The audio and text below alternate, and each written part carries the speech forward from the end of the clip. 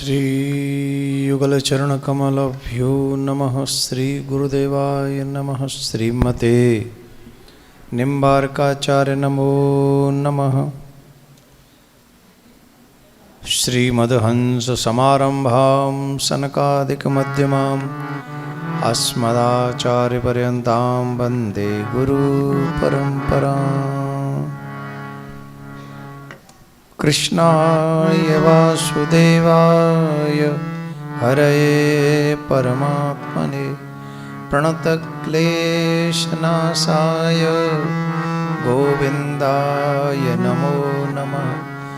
वसुदेवसुतं देवं कंसचाणूरमर्दनं देवकी परमानन्दं कृष्णं वन्दे जगद्गुरुम्।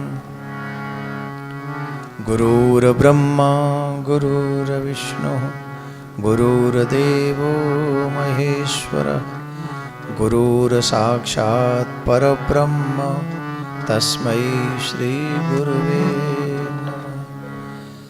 सर्वमङ्गलमाङ्गल्ये शिवे सर्वार्थ शरण्ये त्र्यम्बके गौरी नारायणी नमोस्तुते। वर्षाने की राधिका नंदगाम के श्याम इनके चरणन में करूं मैं कोटि कोटि प्रणाम। भक्त, आज माता रानी का प्रथम दिवस है।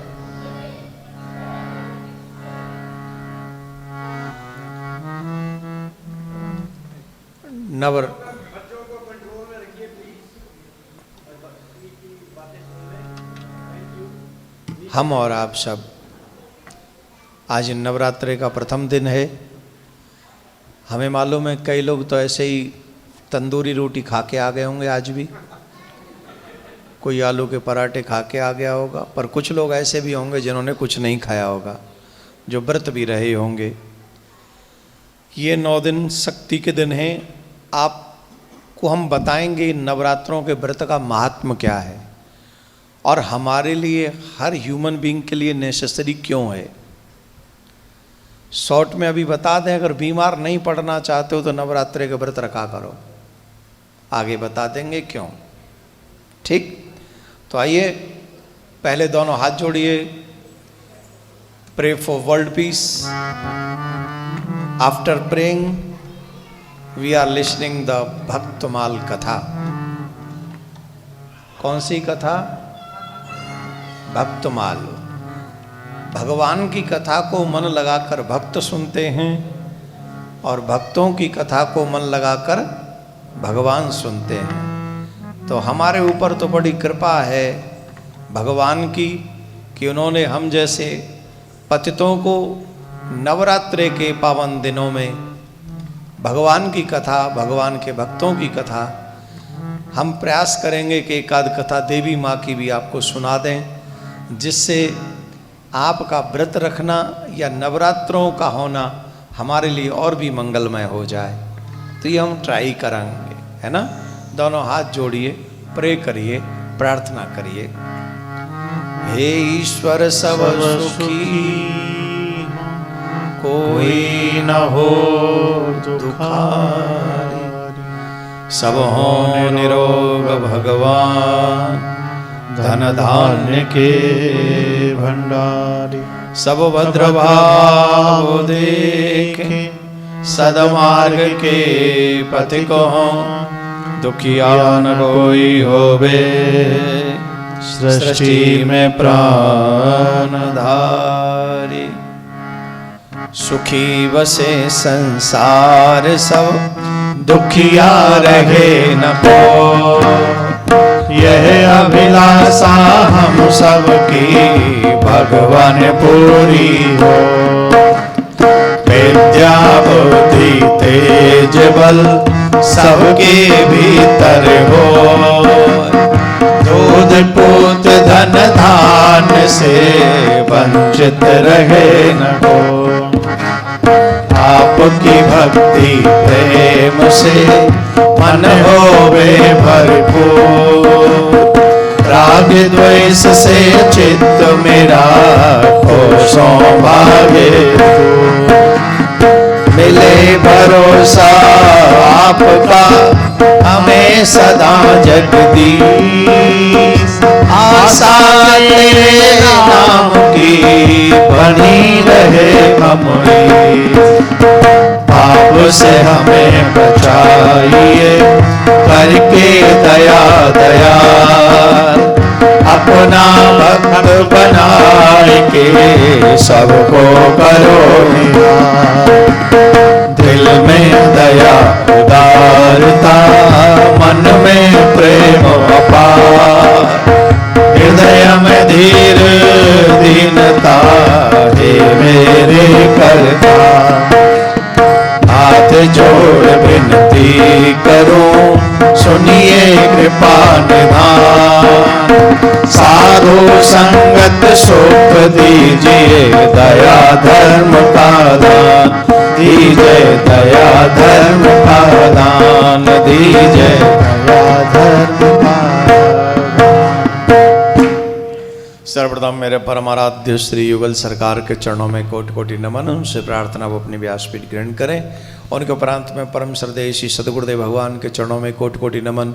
उनसे प्रार्थना वो अपना आशीर्वाद हमें प्रदान करें। स्थान देवता वास देवता ग्रामीण देवता नगर देवता इन सब को बार बार अपना ये भी अपना स्थान ग्रहण करें। विद्युत समाज सभी ब्राह्मण समाज संत समाज पधारे सभी भक्तों के हृदय में उपस्थित मेरे सर्वेश्वर भगवान को कोटि शाह नमन। यूट्यूब चैनल के माध्यम से जो देश विदेश में लोग जुड़े हुए हैं उन सब को मेरा प्यार भरा राधे राधे। आवाज नहीं है। राधे राधे। जिस दिन व्रत रखते हैं उस दिन तो आलस्य आता नहीं, उस दिन तो नींद नहीं आती। पेट में कुछ है ही नहीं, नींद कहां से आएगी। तो किस किस ने व्रत रखा हुआ है?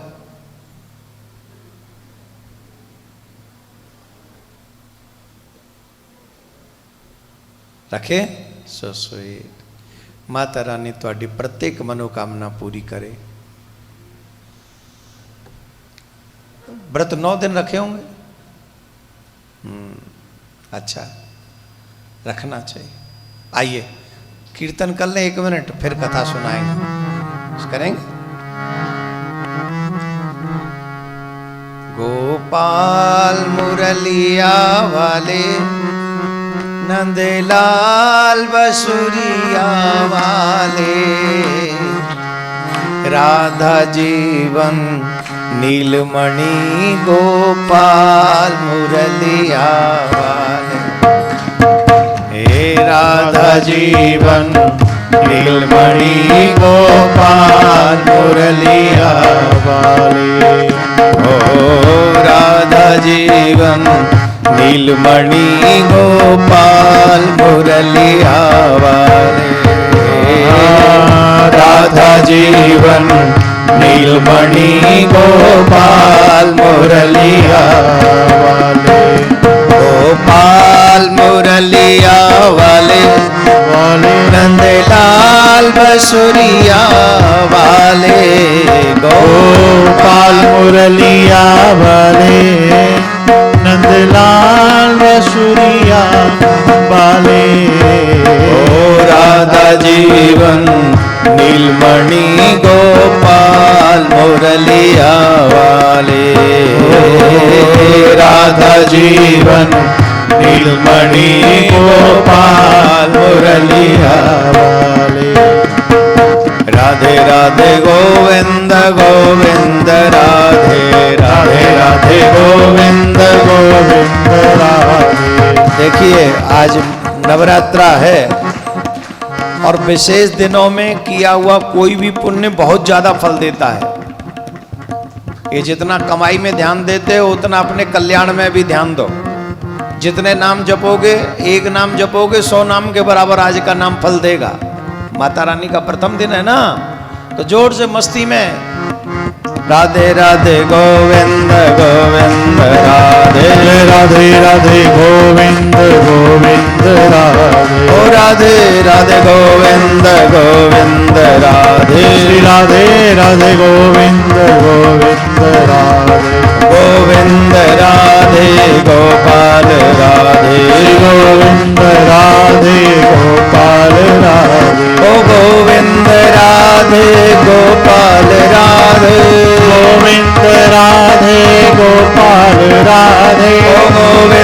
राधे गोपाल राधे गोविंद राधे गोपाल राधे राधे राधे गोविंद राधे जय राधे राधे गोविंद गोविंद राधे जय राधे राधे गोविंद गोविंद राधे राधे राधे गोविंद गोविंद राधे राधे राधे गोविंद गोविंद राधे राधे राधे गोविंद गोविंद राधे गोविंद राधे गोपाल राधे गोविंद राधे गोपाल राधे गोविंद राधे गोपाल राधे गोविंद राधे गोपाल राधे राधे राधे गोविंद राधे राधे गोविंद गोविंद राधे जय राधे राधे गोविंद गोविंद राधे श्री राधे राधे गोविंद गोविंद राधे।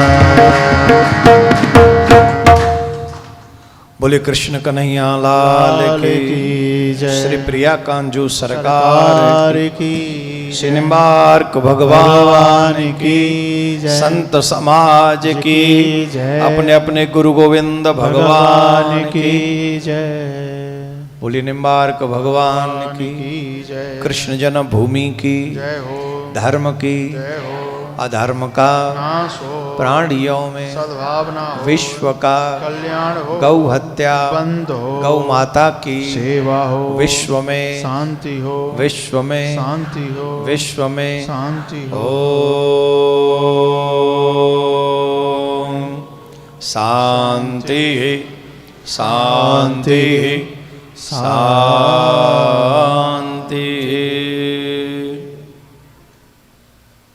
बहुत से लोग प्रश्न करते हैं। एक माता जी कह रही थी महाराज आप प्रश्न करो हम हमारे प्रश्न ले लो हम उत्तर दे हमें। आई हैं वो माता जी? नहीं आई हैं।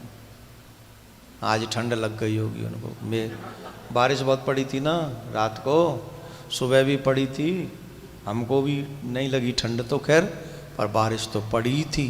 ये कनाडा की बारिश थी बाबा, बरसती कम है डराती ज़्यादा है। हाँ यहाँ की बारिश बड़ी खतरनाक है और बरसती कम है। ओ वो बवंडर सा चमकता है। बाबा बाबा तुम लोग रह कैसे लेते हो यहाँ पर?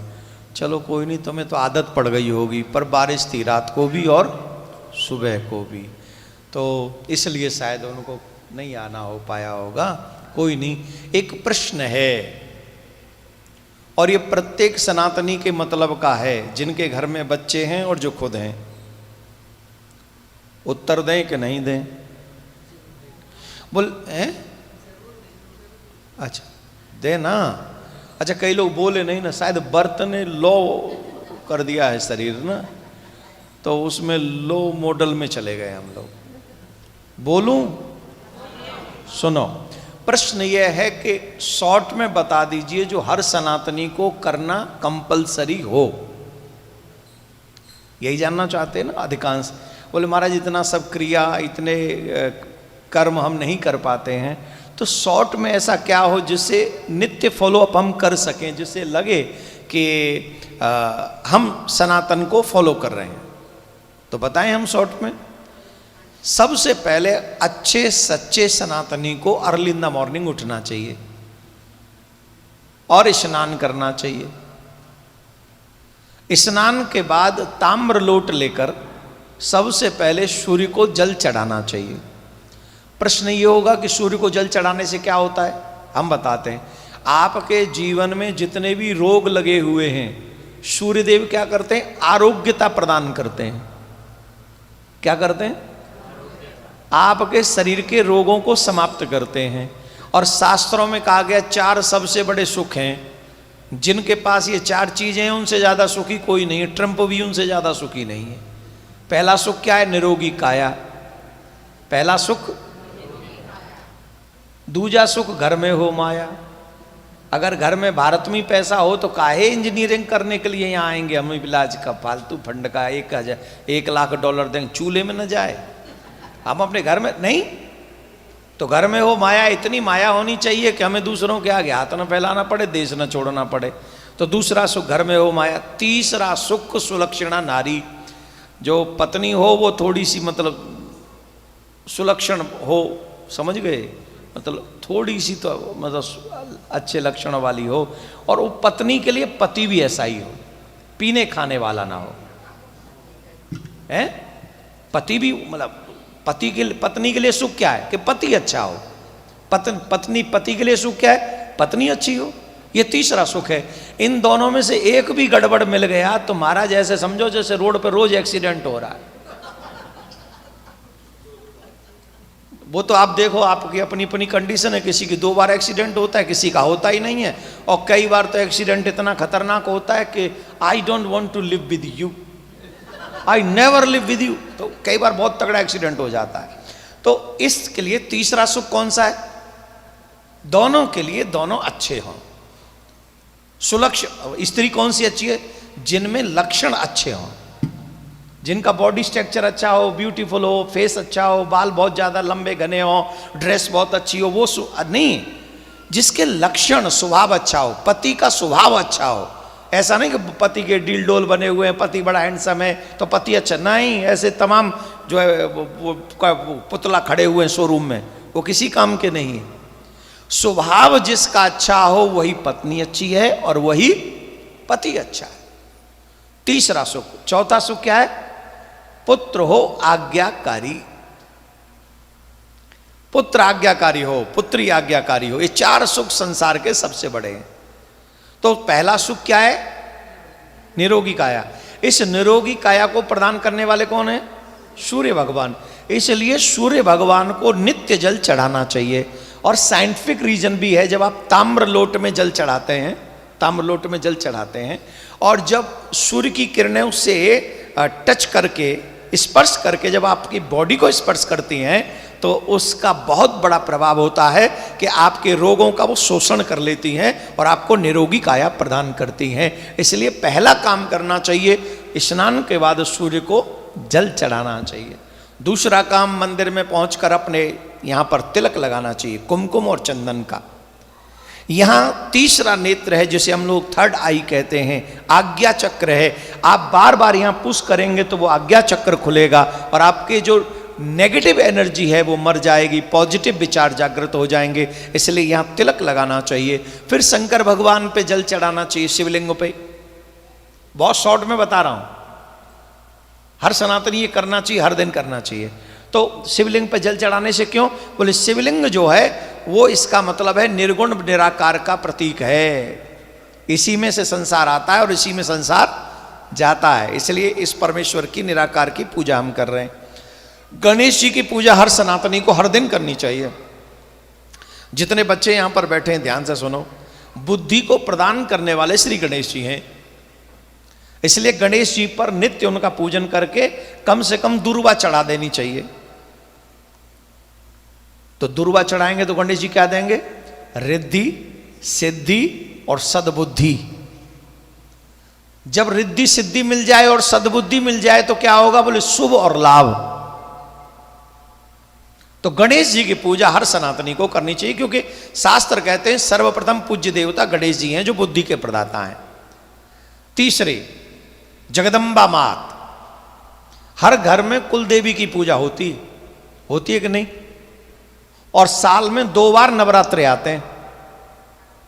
किस लिए आते हैं, शक्ति के बिना तुम कुछ नहीं हो। जैसे तुम्हारे पास नेत्र हैं और नेत्रों में देखने की शक्ति नहीं है, तो ये नेत्र किस काम के,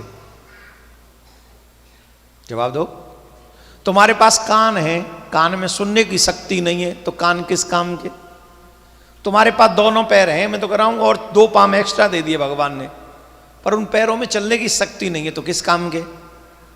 तो शरीर पूरा हो और शरीर में शक्ति न हो तो बिस्तर पे ही पड़े रह सकते हो, बाकी का तो कुछ नहीं कर सकते। इसलिए शक्ति की पूजा प्रत्येक सनातनी को करनी चाहिए, जिसे हम लोग कुल देवी कहते हैं। कुल देवी आपकी घर में होंगी ही होंगी, इसलिए कुल देवी की पूजा करनी चाहिए। कुल देवी की पूजा करने से 2 चीजें सहज में मिलती है, शक्ति और सामर्थ्य। वही लक्ष्मी है, वही सरस्वती है, वही दुर्गा है, वही राधा है, वही सीता है। शक्ति ही सर्वोपरि है। तो शक्ति की पूजा करें। देवता कितने पूजे, सूर्य, गणेश, शिव और पार्वती मां, जगदम्बा मां, और एक है नारायण। अब उन्हें राम जी भी हम कह लें, कृष्ण जी कह लें, नारायण कह लें, तीनों एक ही है। इन 5 की पूजा प्रत्येक सनातनी को बिना झिझक के करनी चाहिए। यहां पर एक और बात समझ लीजिए, शिव में और नारायण में कोई भेद नहीं है। हम शिव पुराण भी कहते हैं, और उस शिव पुराण के बल पे हम इस बात को कह सकते हैं, शिव में और नारायण में कोई भेद नहीं है, बराबर है, एक ही है। इसलिए इन 5 की पूजा अगर आप कर लेते हैं अपने घर में नित्य, तो आप पूरे 33 कोटि देवी देवताओं की पूजा कर लेते हैं। उनका फिर वही सच्चे सनातन, और ये सारी पूजा करने में 10 से 15 मिनट लगेंगी, बस, इससे ज्यादा लगनी भी नहीं। आप पूजा करना चाहें, पाठ करना चाहें, वो 1 घंटे का करना चाहें, 5 घंटे का करना चाहें। नवरात्रों में विशेष तौर पर नवरात्रे क्यों रखे जाते बताइए? और नवरात्रे तभी क्यों आते हैं जब टाइम चेंज होता है, मौसम चेंज होता है। ये हमारे ऋषियों का विज्ञान है। हमारे बच्चों को बताया गया तुम व्रत रहो, भूखे रहो, बस भूखे नहीं रहो, अपनी बॉडी को तैयार करो अगले सीजन के लिए। अधिकांश जो बीमारियां होती हैं, मौसमी बीमारियां, मौसम चेंज होने पे आती हैं। एम आई राइट या रॉन्ग? और जब मौसम चेंज होता है उसी समय हमारे नवरात्रे आते हैं। 9 दिन जब व्यक्ति फास्ट करता है तो बॉडी एक तरीके से कन्वर्ट हो जाती है। कन्वर्ट काय में हो जाती है? आगे के मौसम को सहने की सामर्थ्य प्राप्त करने के लिए हमारा शरीर, हमारा तन स्वस्थ हो जाता है, तैयार हो जाता है व्रत रखकर। और सामर पूजन करने से, जब हम हवन करते हैं, आप घरों में हवन करते हो, जब घरों में हवन करते हो तो अपने चेहरे की, अपने आत्मा की एनर्जी देखो उस समय, हवन करते समय। एनर्जी कभी अनुभव की आपने? एक तो घर में पड़े पड़े एनर्जी देखो, और एक हवन के बाद एनर्जी देखो।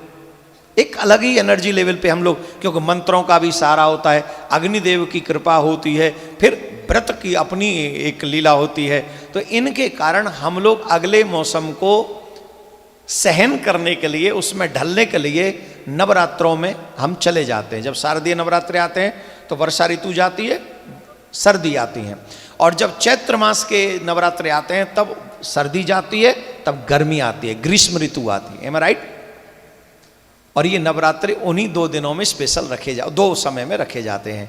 तो इसके लिए हमारे ऋषियों का बहुत श्रेष्ठ विज्ञान है। अगर आप भी व्रत रखें, आपके बच्चे व्रत रखें, हम गारंटी से कहते हैं जो व्रत नहीं रखते उनसे ज्यादा आप स्वस्थ रहेंगे और आपको शरीर में निरोगी काया प्राप्त होगी। आप ये अनुभव करके देखिए, 2-4 साल रख के देखिए, आपको पता चल जाएगा। और ये हमारे ऋषियों का विज्ञान है। दुर्भाग्य इस बात का है, हम ऋषियों की बात नहीं मानते, बवंडरबाजों की बात मानते। ये बवंडरबाज बॉलीवुड वाले कुछ भी कह दे, ओ माय OMG, ये बवंडरबाज बॉलीवुड वाले कुछ भी कह दें, और हमारे युवा बच्चे उन्हीं के पीछे OMG, गलत थोड़ी कहते हैं बॉलीवुड वाले। बॉलीवुड वालों पे इतना विश्वास है, अपने ऋषियों के साइंस पे विश्वास नहीं है। कितना तगड़ा उदाहरण है, बदलते मौसम से पहले नवरात्रों का फास्ट। आपकी एनर्जी, जब हमारे मुसलमान भाई पूरे 1 महीने रोजा रखवा सकते अपने बच्चों से, तुम लोग अपने बच्चों से साल में 2 बार 9-9 दिन का फास्टिंग नहीं करवा सकते, और वो भी उनकी स्वस्थता के लिए। अपने धर्म को समझो, पहचानो। और नवरात्रि सिर्फ डांडिया खेलने के लिए नहीं है। अगर कोई समझता है नवरात्रि सिर्फ नाचने के लिए है, डांडिया करने के लिए नहीं, नवरात्रि शक्ति की उपासना करने के लिए है। उस शक्ति से शक्ति प्राप्त करने के लिए नवरात्रे हैं। आप अगर इस शक्ति की पूजा करेंगे तो आपके शरीर की शक्ति बढ़ती चली जाएगी, एनर्जी बढ़ती चली जाएगी, पॉजिटिव जो विचार हैं वो बढ़ते चले जाएंगे, और आप बीमारी से बचते चले जाएंगे। इसलिए my dear, please respect your beautiful dharma. Radhe Radhe. धीरे बोलो, जोर से थोड़ी बोलना। तो समझ में आ गई बात? आ गई? पक्का? चलो अब मैं कल की कथा को आगे बढ़ाऊं। जो कल आए नहीं थे उन्हें तो पता ही नहीं था क्या हुआ था कल। चलो तुम्हें नहीं पता था, तुम आए नहीं तो हम बता, में भी क्यों फालतू का प्रेशर क्यों डालें तुम्हारे ऊपर। एक भक्त श्रोमणी हुए श्री नरसिंह जी, जिनको भगवान ने कहा कि तुम जाओ पृथ्वी पर जाकर हमारे धर्म का प्रचार करो, वो भी गृहस्थ में रहकर। नरसिंह जी ने कहा महाराज गृहस्थ में रह के धर्म का प्रचार करना थोड़ा क्रिटिकल होगा, मैं इस गृहस्थ में जाना नहीं चाहता, मुझे तो बिना गृहस्थ के ही ठीक है, मैं बिना गृहस्थ के रहूं तो अच्छा है, मुझे अच्छा लगेगा कि मैं धर्म का प्रचार करूंगा। विरक्त होके भी तो हम अपने धर्म का प्रचार कर सकते हैं।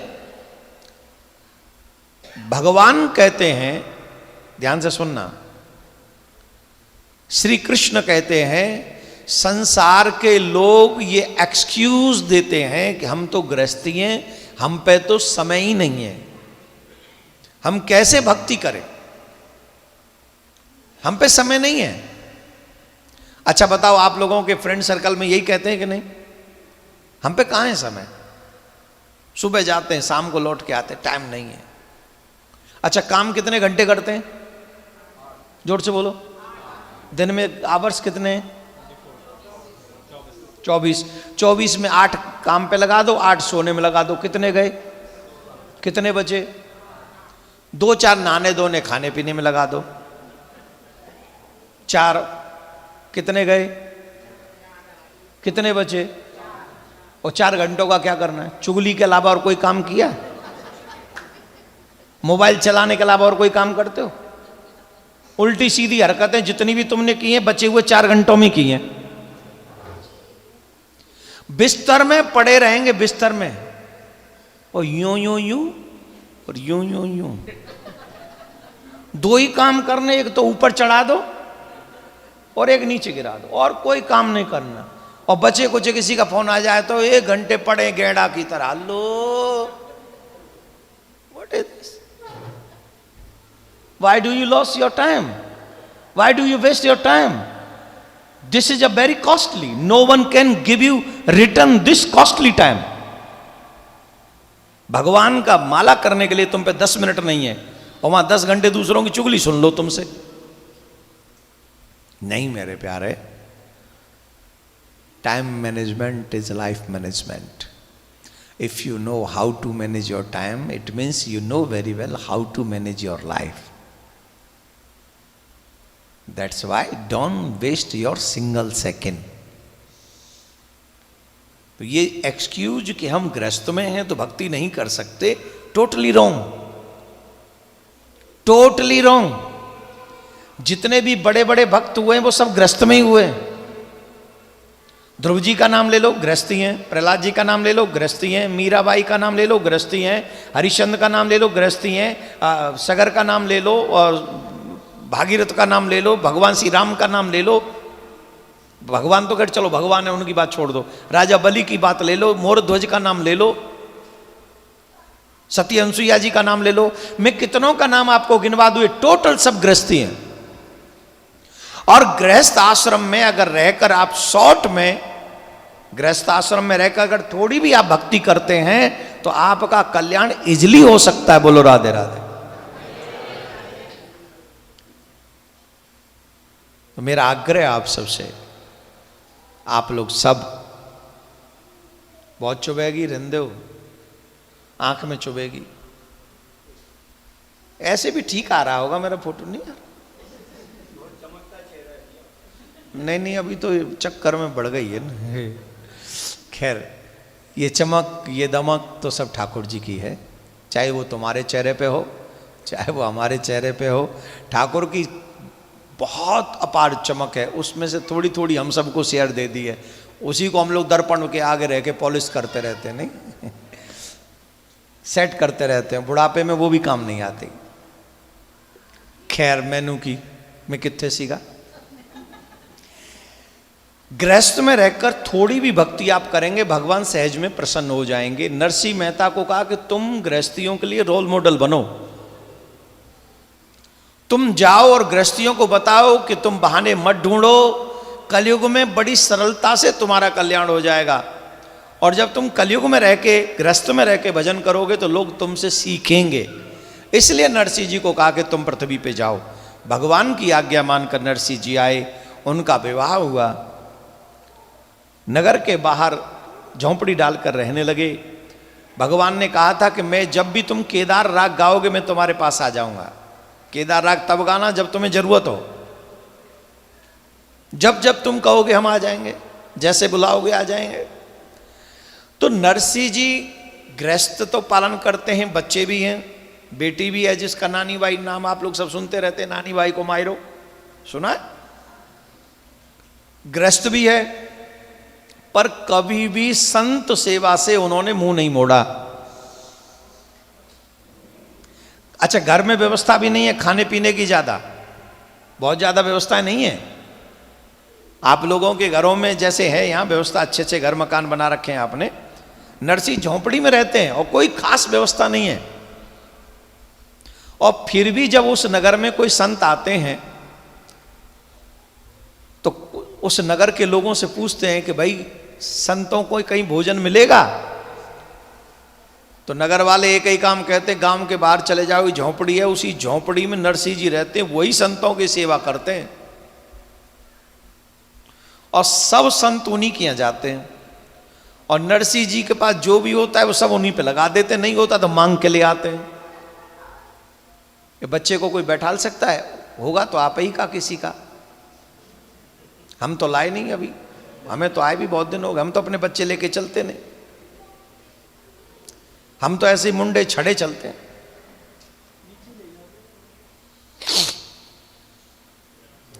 अच्छा, किसी को थोड़ा बहुत प्यार कर दो तो उठ के चल देता है। फिर कथा में बच्चों को साथ लेके बैठो, बच्चे होने चाहिए, आपसे ज्यादा बोलन करेंगे। हाँ माता जी कित्थे चलियो, मैया कित्थे, अभी तो कथा शुरू हुई है। बच्चा छोड़न चलियो कि बच्चा लेन चलियो?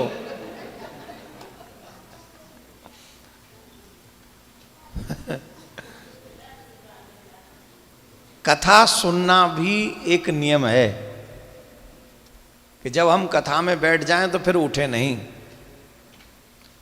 और जब तक कथा होती रहे मन लगाकर कथा सुने, ये नियम है कथा का। तो आप लोग जितने प्यार से कथा सुनेंगे उतने अच्छे भाव हमारे मन से निकलेंगे और आपको सुनने को मिलेगा। और आप लोग भी धाएं धाएं करते रहोगे तो हम भी धाएं धाएं करके टाइम पास करेंगे, और तुम भी सक्के हम भी सक्के, तुम भी चले जाओगे कल के बाद और फिर हम कभी तुम्हें देखेंगे नहीं कल के बाद। तो हमें चाहिए थोड़ा, जब तक समय हो शांति से सुनिए। आज हम मनुष्यों की प्रॉब्लम क्या है, हम सेवा करना नहीं चाहते, सेवा करवाना चाहते हैं अपनी।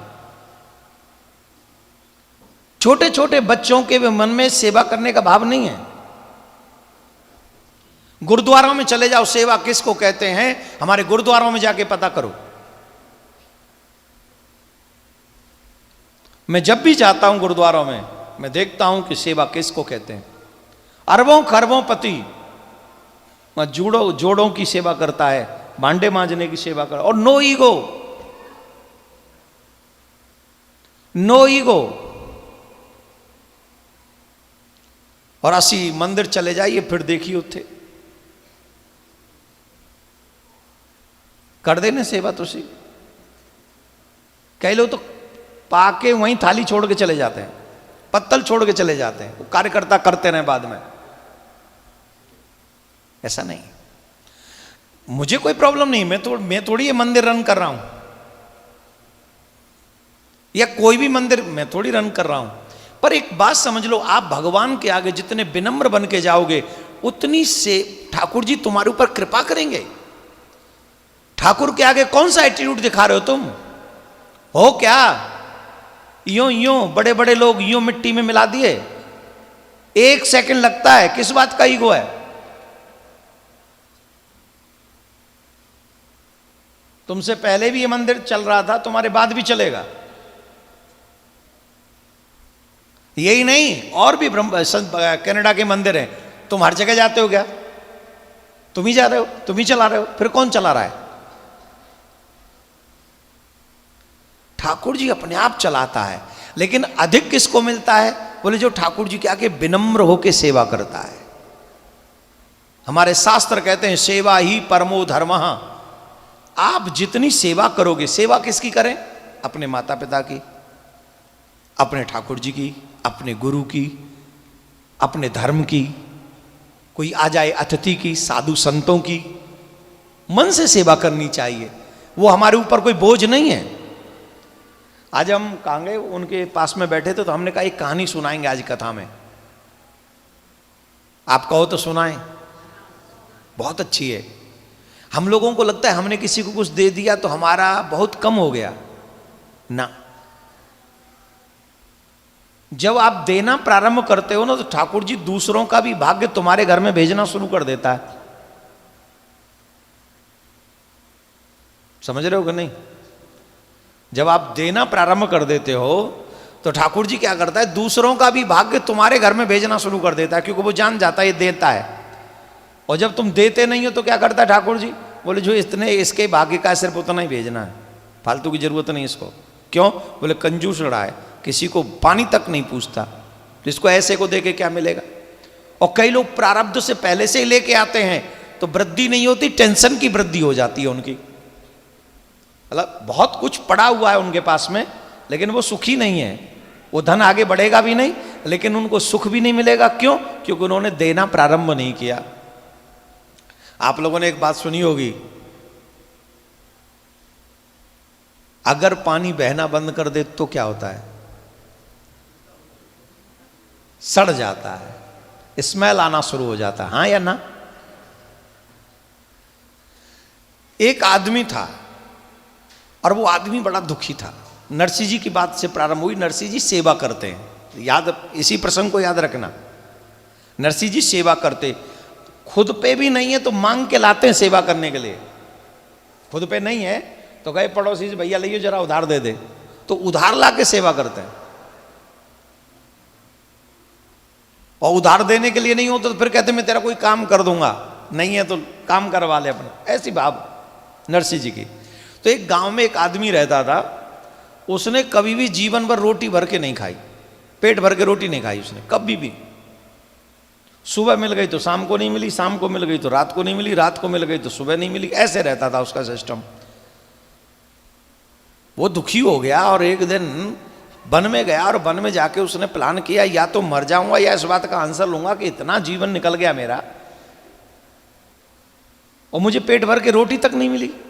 संयोग, जब भगवान को कोई लीला करनी होती है समाज को सिखाने के लिए, तो भगवान संयोग बनाते हैं। देवर्षि नारद मिल गए उस व्यक्ति को वन में। तो नारद जी ने पूछा, हाँ भाई कहाँ जा रहे हो? बोले या तो मर जाऊंगा या फिर मेरे प्रश्न का उत्तर चाहिए। बोले आप, क्या प्रश्न है आपका? बोले मैं ये जानना चाहता हूं कि मैंने ऐसा क्या किया है कि मैं पेट भर के रोटी नहीं खा सकता। सुबह मिलती है तो शाम को नहीं मिलती, शाम को मिलती है तो सुबह नहीं मिलती, कभी पेट भर के रोटी नहीं। नारद जी बोले हम तुम्हें कल जवाब देंगे, आके यहीं मिलना हमको कल। बोल ठीक है। नारद जी भगवान के पास में गए, भगवान से पूछा फलाना एक व्यक्ति हमको मिला, वो कह रहा हमने कभी पेट भर के रोटी नहीं खाई, क्यों? भगवान ने कहा देखो इसका प्रारब्ध बड़ा कमजोर है, इसने कभी किसी को कुछ दिया तो है नहीं, थोड़ा बहुत दिया है, उसके बदले में इसके पास में बहुत कम राशन बचा है, और जीना इसको 15 साल और है, और 6 बोरी अनाज बचा है इसके लिए। कितना? जोर से बोलो। 6 बोरी अनाज है और जीना कितना साल है? 15 साल। तो 6 बोरी अनाज में इसके 15 साल निकलवाने मुझे। और आप लोग तो एक दिन में, एक साल में 1 बोरी खत्म कर देते होगे कम से कम, उसके 15 साल 6 बोरी में खत्म करवाने। तो कैसे होंगे? बोले ऐसे ही होंगे, कभी सुबह मिल गया, कभी शाम को नहीं मिला, शाम को मिल गया, कभी 2 दिन नहीं मिला, 2 दिन में, ऐसे इसके, और जिंदा भी रखना है 15 साल तक। नारद जी बोले प्रभु ये कुछ ज्यादा नहीं हो रहा? बोले प्रारब्ध है, जो इसने किया वही दूंगा, मैं क्या करूंगा इसमें। ध्यान से सुनना इस कथा को, बहुत मतलब की है। नारद जी अगले दिन मिले उससे। नारद जी से पूछा, प्रभु ने कुछ जवाब दिया? बोले हाँ दिया। बोले क्या? बोले प्रभु ने ये कहा है कि बेटा तुम्हें 15 साल रहना है और 15 साल 6 बोरी अनाज मिलेगा तुम्हें 15 साल में। बोले हाँ 15 साल में 6 बोरी अनाज। तो टेंशन में आ गया। बोले ऐसे कैसे? बोले बेटा ये तो तेरे ही कर्म है, जैसा करोगे वैसा भरोगे। यही तो करके आए थे, किसी को दे के तो आए नहीं, तो मिलेगा कहां से? अब उसने सोचा ऐसी 15 साल तो मुसीबत बन जाएंगी, रोज भूखे रहो, रोज कभी पेट भर के नहीं मिलेगा, क्या किया जाए। और उन्होंने कहा महाराज एक काम कर दो, एक कृपा करवा दोगे मेरे ऊपर? बोले क्या? बोले वो 6 बोरी खट्टी दिलवा दो मुझे, अभी दिलवा दो। नारद जी को लगा शायद सोच रहा होगा जब पहले पेट भर के खा ले, मरना होगा जब मरेंगे। बोले 6 बोरी खट्टी दिलवा दो अभी। बोले भगवान से पूछते हैं। तो भगवान से जाके पूछा, 6 बोरी खट्टी मांग रहा है। बोले को रहना तो 15 ही साल है, अब अभी मांग रहा है तो दे दो। दे दी, 6 बोरी अनाज उसको मिल गया। उसने सोचा कि भूखे मरने से तो अच्छा है कि खिला के मर जाओ। उसने 6 बोरी अनाज का भंडारा किया और पूरे साधु संत ब्राह्मणों को जिमा दिया। बोले अब मरेंगे तो मर जाएंगे, अब देखते 6 साल के 15 साल कैसे भूखे मरते हैं, या तो अभी मरी जाएंगे कुछ ही समय में, या फिर भगवान देखेगा कुछ। महाराज हर महीने 6 बोरी आने लगी उसके पास। जो पूरे 15 साल में मात्र 6 बोरी आनी थी, वो हर महीने 6 बोरी आने लग गई अनाज की। और वो 6 बोरियों में से 5 बोरियों का भंडारा शुरू कर दिया उसने कि मैं तो सिर्फ 1 बोरी, खुद का भी भोजन व्यवस्था बढ़िया हो गई और सत्कर्म भी व्यवस्था उसकी बढ़िया हो गई। इसका मतलब क्या है कि जब आप अच्छा काम करना प्रारंभ कर देते हो तो दूसरों के भाग्य का भी भगवान तुम्हारे यहां भेजना प्रारंभ कर देता है। और अगर तुम बहुत कंजूस बन जाते हो, कुछ नहीं करते हो, सेवा भी नहीं करते हो, तो जो करके आए हो सिर्फ उतना ही भगवान तुमको देता है। बोलो राधे राधे। ऐसे नहीं, जोर से बोलो। तो नरसिंह जी खूब संतों की सेवा कर रहे हैं, खूब। एक बार कुछ संत द्वारका जा रहे थे, और कुछ संत जब द्वारका जा रहे थे तो उनके पास कुछ द्रव्य था। होता है ना, हम लोग जब कहीं कोई जा रहा हो तो कहते महाराज द्वारका जा रहे हो। पहले तो ऐसा ही होता था, आजकल तो पेटीएम कर देते हैं लोग, वो क्या होता है वो, इंटरनेट से बैंकिंग कर देते मोबाइल से, हैं? अरे आप लोग क्या करते हो वो बताओ ना। ई ट्रांसफर। ये इंजीनियर आदमी सही है भाई, तुम लोगों पे जवाब नहीं बनता है। ये इंजीनियर आदमी, इसका ज्ञान बहुत गजब का लगता है। भैया मेरा बस चले तो मैं इसको ले जाऊं। हाँ, ये इंजीनियर आदमी बहुत अच्छा आदमी है। तुम लोगों पे तो बताओ जवाब नहीं दे पाते हो। ई ट्रांसफर। कौन सा फर? ई ट्रांसफर। तो ई ट्रांसफर आजकल आप लोग इजीली कर लेते हो कि नहीं कर लेते हो? पहले तो ये सिस्टम था नहीं। तो पहले गांव में से कोई तीर्थ में भी जाता था तो उसको कहते भैया 50 रुपये मेरे भी चढ़ाई हो, 10 रुपये मेरे भी भगवान के यहाँ चढ़ाई हो। तो ऐसे ही कुछ संतों को उनके जजमानों ने कहा आप द्वारकापुरी जा रहे हो तो ये कुछ धन है, इस धन से वहां भंडारा कर देना। अब जब जूनागढ़ पहुंचे तो वहां पता चला कि यहां से आगे हम जो जा रहे हैं वो वन में चोर मिलेंगे, वो लूट लेते हैं। अब तो बड़ी टेंशन हो गई कि उन्होंने दिया भंडारे के लिए और हमें किसी ने लूट लिया तो वहां भंडारा नहीं होगा तो पाप लगेगा, क्या करें। तो उनको लगा कि यहां जूनागढ़ में कोई ऐसा आदमी हो कि यहां हमसे ले ले और वहां हमको दिलवा दे। उसको कहते थे हुंडी। आजकल तो हवाला कहते उसको, हवाला। आजकल हुंडी नहीं कहते, आजकल उसको कहते हवाला। ओहो, आप लोग तो जानते ही होंगे हवाला किसको कहते हैं।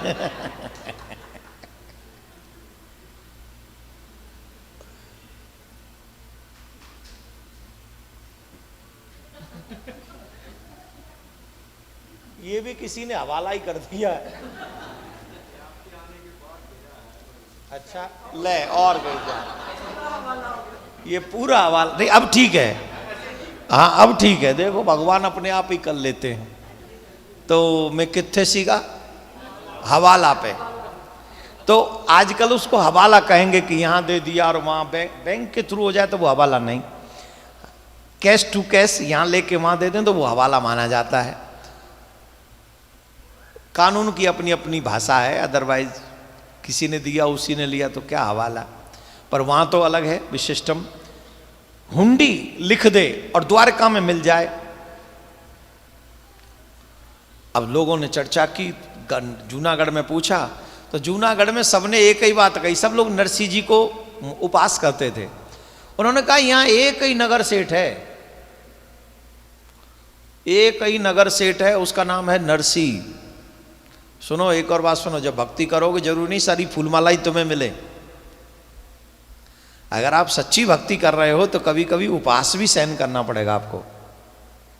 लोग आपका मजाक करेंगे, लोग आपको गालियां भी देंगे। और आजकल तो सोशल मीडिया का जमाना है, आप कितना भी अच्छा कर लो, एक व्यक्ति बता दो जो अच्छा कर रहा है, जिसको गाली ना पड़ रही हो सोशल मीडिया में।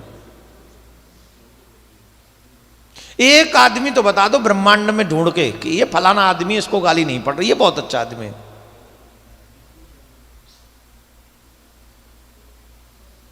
मैया आपका फेसबुक है? मैया का फेसबुक है? नहीं है। बहुत जो सोशल मीडिया पर नहीं है वही गालियों से बचा हुआ है। अदर 10-20 आपकी बड़ाई करेंगे, 2-4 आपकी खिंचाई करेंगे, यही सोशल मीडिया का काम है। और तो शुक्र है कि नरसिंह मेहता सोशल मीडिया के जमाने में नहीं थे। उस समय भी भक्त की उपहास करते थे, उस समय भी मजाक उड़ाते थे उसका। बोले कि महाराज वही एक नगर सेठ है, वहीं चले जाओ सारा काम वहीं बनेगा, नगर सेठ के यहाँ। संत चले गए और नरसिंह जी की हालत तो मैंने बताई, जब कोई आ भी जाए तो वो पड़ोस के यहां से मांग के लाते फिर खिलाते। बोले महाराज संतों को देखा नरसिंह जी बड़े प्रसन्न हो गए। वही सच्चा भक्त है जो संत और भक्तों को देखकर, आता हुआ देखकर प्रसन्न हो और जाता हुआ देखकर दुखी हो। समझ में आई बात? संत और भक्तों को आता हुआ देखकर प्रसन्न हो और जाता हुआ देखकर दुखी हो, समझो वही भक्त है।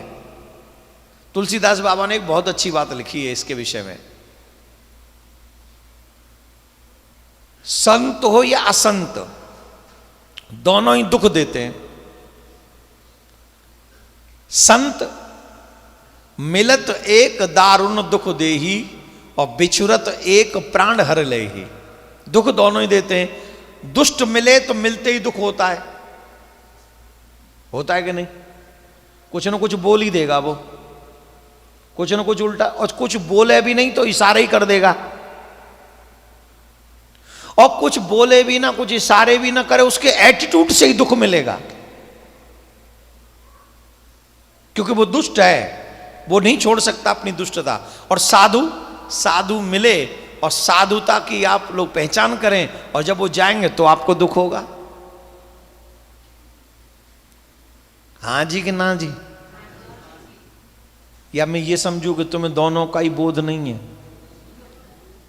या ये समझूं कि दोनों ही मिले नहीं है तुम्हें? बताओ, जो कहोगे सो समझ ले। प्रयास करो सज्जनों से मिलने का, प्रयास करो साधुओं से मिलने का, प्रयास करो सत्संग करने का। जब प्रयास सत्संग का करोगे तो भगवान से प्यार हो जाएगा आपको।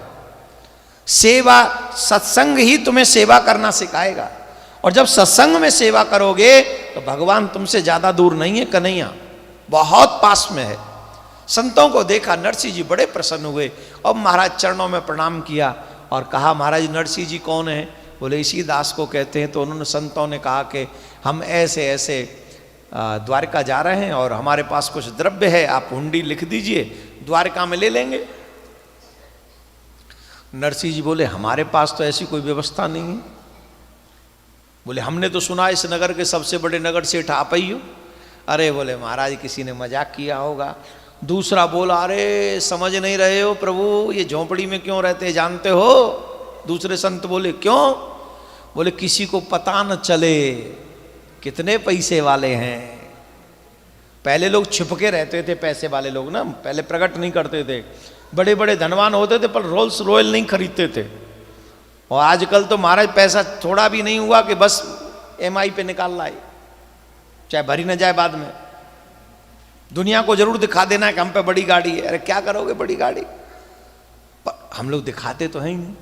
पहले नहीं दिखाते थे, पहले छुपाते थे। और अब समझ गए हीरा मुख से ना कहे लाख टका है मोह, बता नहीं रहे। बोले नहीं महाराज ऐसा कुछ नहीं है, मैं तो बस मांग जांच करके अपना पेट भरता हूँ, संतों की सेवा करता हूँ और कुछ नहीं है। बोले नहीं नहीं नहीं, एक संत बोले अगर आपने हमारी हुंडी नहीं लिखी ना तो हम यहीं सुसाइड कर लेंगे, फांसी लगा लें, यहीं मर जाएंगे तुम्हारी चौखट पे। अब नरसिंह जी बोले भगवान अब आप ही की मर्जी होगी, इसमें तो कुछ, अब महात्मा मेरे द्वार पे मर गए तो इससे बड़ा क्या अपराध होगा। तो लिख दिया। और क्या लिखा, सामल शाह, हमारे मुनीम है सामल शाह, द्वारका में मिलेंगे, वही तुम्हारी हुंडी को चुका देंगे। चले गए, यहां धर गए पैसा और ये चले गए द्वारका में। अब द्वारका में, पूरी द्वारका में खोज मारी, सामल शाह की गद्दी कहीं है, सामल शाह की गद्दी कहीं है, सामल शाह की गद्दी कहीं है। अब सामल शाह की गद्दी हो तो मिले, मुनीम सामल शाह कहीं है ही नहीं, है ही नहीं।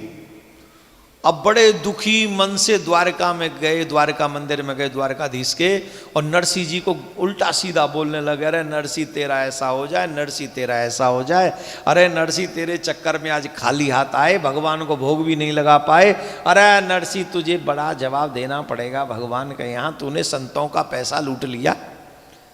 एक जन जो वयोवृद्ध संत थे उन्होंने कहा तुमको शर्म नहीं आती, भगवान के मंदिर में बैठकर ऐसा उल्टा सीधा बोलते हो, नरसिंह ने मना नहीं किया था तुमसे। और ये 1.5 हाथ के महात्मा मरने की धमकी दे रहे थे कि हम फांसी लगा देंगे, मर जाएंगे, सुसाइड कर लेंगे। कौन वैष्णव चाहेगा कि उसके घर पे साधु मर जाए। और अब यहां आके साधु नरसिंह को उल्टा सीधा बोलते हो। कोई बात नहीं, भगवान को कौन से भोग की आवश्यकता है, भगवान को मानसिक सेवा करो, भगवान की मानसिक पूजा करो, ये हमारा दोष नहीं है, भगवान प्रसन्न होंगे। देखो जब भी जीवन में बुरा घटे तो किसी को गाली गलौज मत करो, किसी को बुरा मत बोलो, अपना प्रारब्ध समझ के, ठाकुर की मर्जी समझ के उसे स्वीकार कर लो। अगर किसी ने तुम्हारे साथ बुरा किया है, दे विल हैव टू पे विद कंपाउंड इंटरेस्ट।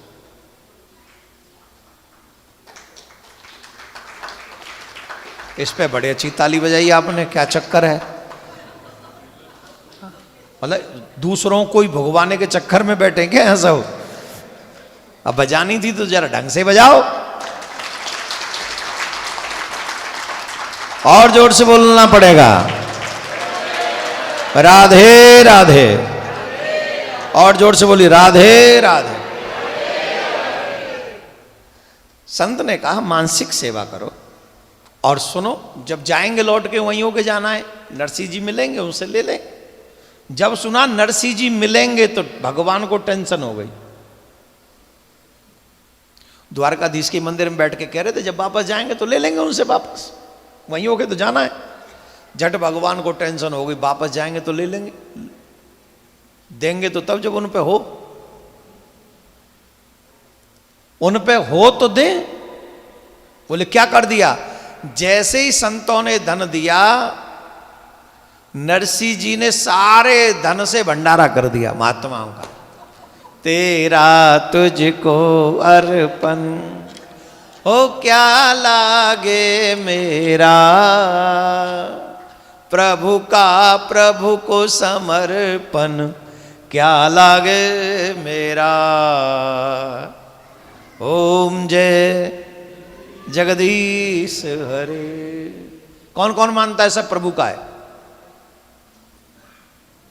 देखो आज नवरात्रा है, प्लीज डोंट लाई। जो मानते सिर्फ वो हाथ उठाएं, ये सब प्रभु का है, हमारा कुछ नहीं है। जो जो मानते हो और मे भी मैं आगे और टेस्ट ले लूं तो सोच के ही हाथ उठाइएगा, बी केयरफुल। अब उठाओ। किस किस को लगता है कि भगवान का ही सब? तो हम किसके हैं? और आपके पास जितना भी संसाधन है किसका है? रिक्शे में आए हो कि पैदल आए हो कि गाड़ी में आए हो? गाड़ी में कौन कौन आया है हाथ उठाओ। जो गाड़ी में आए हाथ उठाओ। जिनकी अपनी गाड़ी हो, कौन कौन आए हाथ उठाओ। है? हाँ, तो आज की कथा के बाद जब आप दक्षिणा दो तो उस गाड़ी की चाबी को यहीं पर चढ़ा जाना।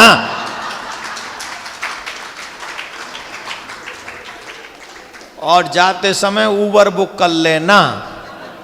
और जाते समय फिर गाना, तेरा तुझे को अर्पण क्या लागे मेरा स्वामी, क्या लागे मेरा। देवकी नंदन ने ही छीना गाड़ी घोड़ा मेरा। अब पैदल चलते हैं,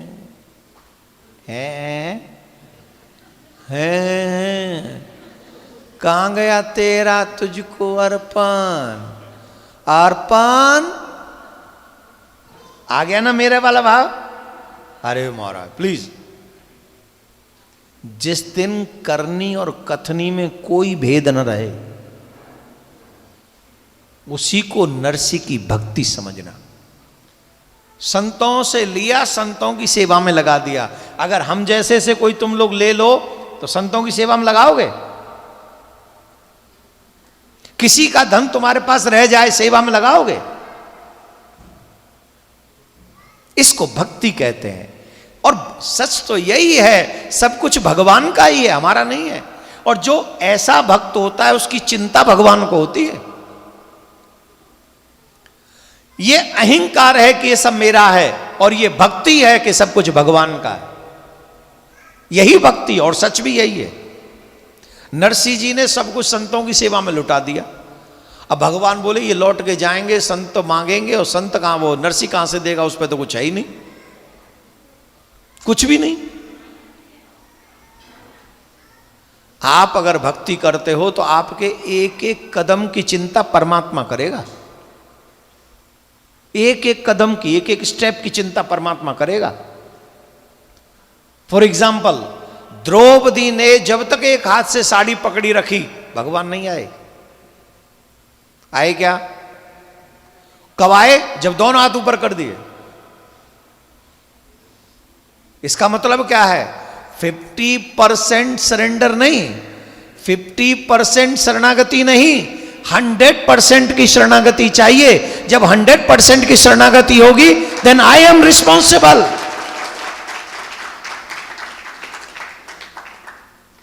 Then I am responsible. Krishna said, if you believe in yourself, your power, your money, your mind, you can do yourself.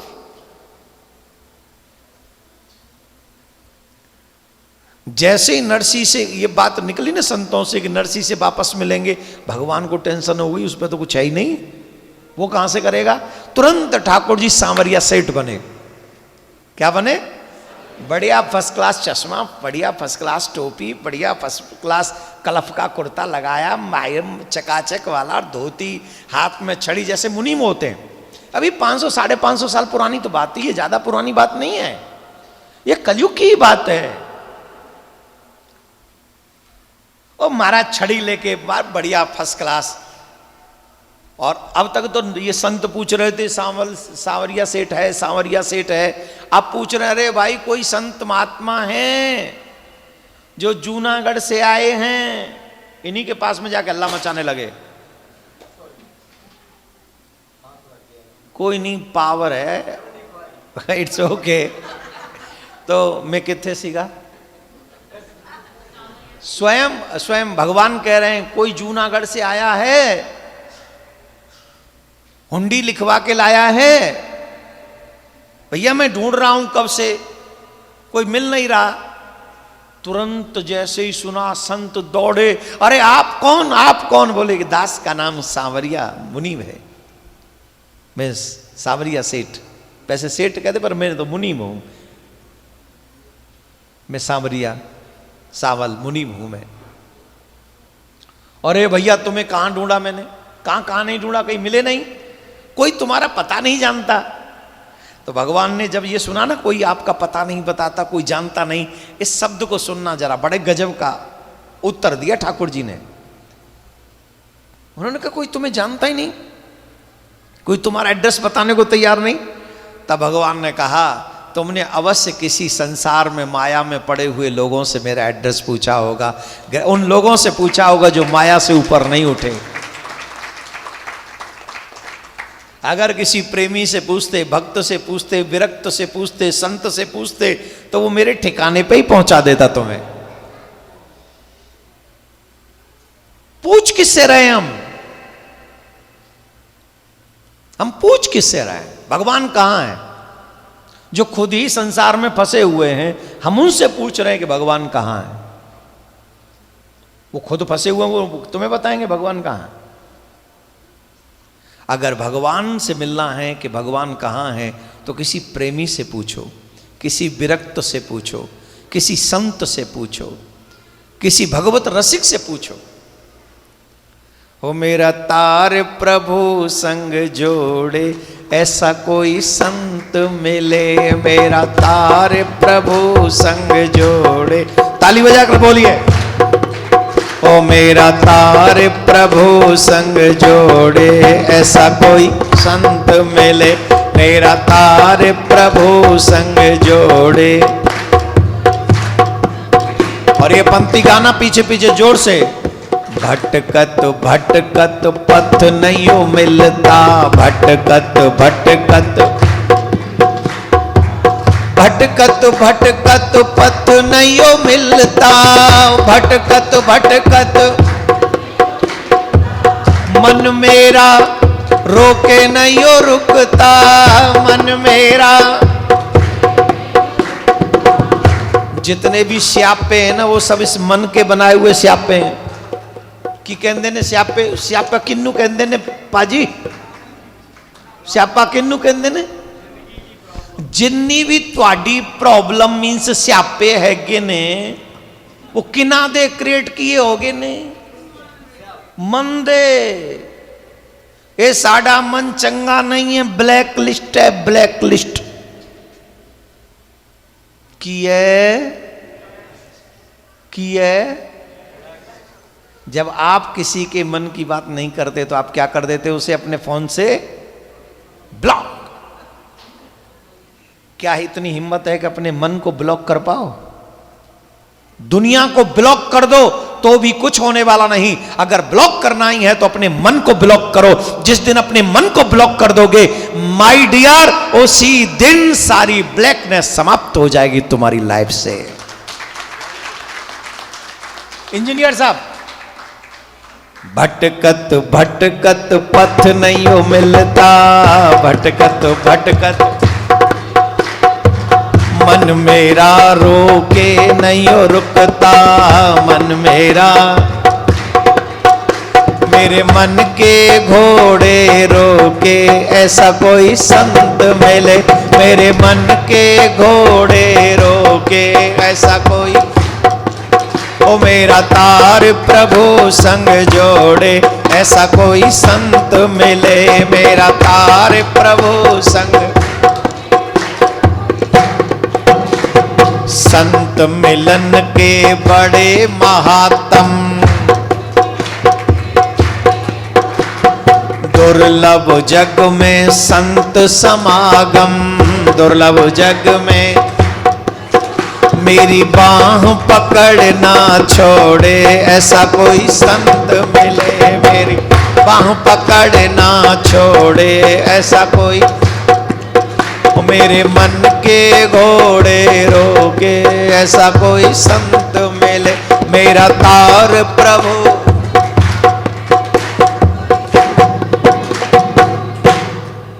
आज डुग्गा कहाँ गया आपका? डुग्गा? अच्छा कोई नहीं, इत्थे ही ठीक है, हुण तो चला लें काम। मैं कित्थे सीगा? मैं तुहानू इनवॉल्व करदा। आपको इन्वॉल्व करने का तरीका है ये मेरा, कहीं ऐसा मत सोचना मेरी याददाश्त कमजोर हो गई है। हाँ, आपने मेरा पता किसी माया में फंसे हुए से पूछ लिया, ये बात भगवान कह रहे हैं। आप लोगों में से जिस जिसको भगवान से मिलना हो, किसी रसिक की उंगली पकड़ लेना, किसी ब्रजवासी की उंगली पकड़ लेना, किसी साधु की उंगली पकड़ लेना, तुम्हें परमात्मा की प्राप्ति होगी। हमारे ब्रज में तमाम एक से एक संत हैं, बड़े बड़े संत महात्मा कहते हैं किसी एक ब्रजवासी अगर हमें स्वीकार कर ले तो कन्हैया से हमारा रिश्ता संबंध स्थापित हो जाता है। इसलिए किसी एक ब्रजवासी की उंगली पकड़ लो, जीवन भर उन्हीं के बताए हुए मार्ग पे चलो, ठाकुर जी तुम्हारा इसी जीवन में कल्याण कर देंगे, इसमें कोई संशय नहीं है। राधे राधे बोलना पड़ेगा। बोले महाराज चलो अब अच्छा हो गया, आप मिल गए, चलो चलो। तो हुंडी चुकाई, बढ़िया भोजन कराया ठाकुर जी ने, बड़ा सुंदर, बड़ा व्यवस्था कर दी ठाकुर जी ने, और दक्षिणा भी दी। अरे महाराज, मुनीम जी एक बात समझ में नहीं आई। बोले क्या?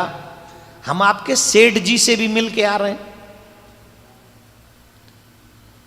और हमने आज आपका भी दर्शन कर लिया।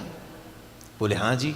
बोले आपके सेठ जी का तो ठौर ठिकाना ठीक नहीं लगा, वो तो झोंपड़ी में ही रह रहे हैं और आप बड़े बड़े महलों में रह रहे हो, क्या चक्कर है गुरु? कहीं ऐसा तो नहीं सेठ जी की माया में से हाथ मारते हो? मुनीम जी मुस्कुराए और मुनीम जी कहने लगे ये मेरे सेठ जी की बड़ी कृपा है, उनकी ऐसी कृपा है, खुद कोई सुख सुविधा में नहीं रहते, स्वयं तो भगवान के भजन में लिप्त रहते हैं, साधु सेवा में लिप्त रहते हैं, परंतु मेरे जैसे तुच्छ को, मुनीम को सारी सुख सुविधाएं दे रखी हैं। ये उनका बड़कपन है, ये उन्हीं की कृपा है, इसमें मेरा कोई हस्तक्षेप नहीं। नरसिंह जी से एक पत्र लिखा और उस पत्र में लिखा कि नरसिंह जी को मेरी राम राम कहना और उनसे ये कहना कि आपका ये उपकार मैं कभी नहीं भूलूंगा। बोले कौन सा उपकार? बोले अब तक संसार वाले लोग मुझे माखन चोर कहते थे, अब आपने मुझे सामल शाह बना दिया है। अब तक तो माखन चोर कहते थे, आपने सामल शाह बना दिया। और कभी भी इन फ्यूचर भी अब हुंडी लिख सको तो लिख देना, आपका मुनीम यहां बैठा है। अब ईमानदारी से अपने दिल पे हाथ रख के जवाब दो, मिलेगा कोई तुम्हें ऐसा, कोई भी रिश्ता ऐसा जो ब्लाइंडली तुम्हारे लिए काम कर सके? इसके बाद भी हम भगवान पर विश्वास, ये भक्तों के चरित्र हमें बताते हैं भगवान को हमारी कितनी चिंता है। अब एक बार मुनीम जी का, एक बार नरसिंह जी को ना भात भरने जाना था, अपनी बेटी का विवाह था तो भात भरने जाना था। और भात भरने जाना था, अच्छा इनके समधी जो थे, समधिन इनको लाइक नहीं करते थे क्योंकि इनके पास ऐसा कुछ, वो बड़े लोग थे, बड़े महाराज, बड़ा व्यवस्था थी। अच्छा रिश्तेदारी भी निभाने के लिए थोड़ा लक्ष्मी चीज चाहिए, अगर लक्ष्मी जी नहीं तो संसार में रिश्ते कोई नहीं निभाता हमसे। हाँ जी कि ना जी?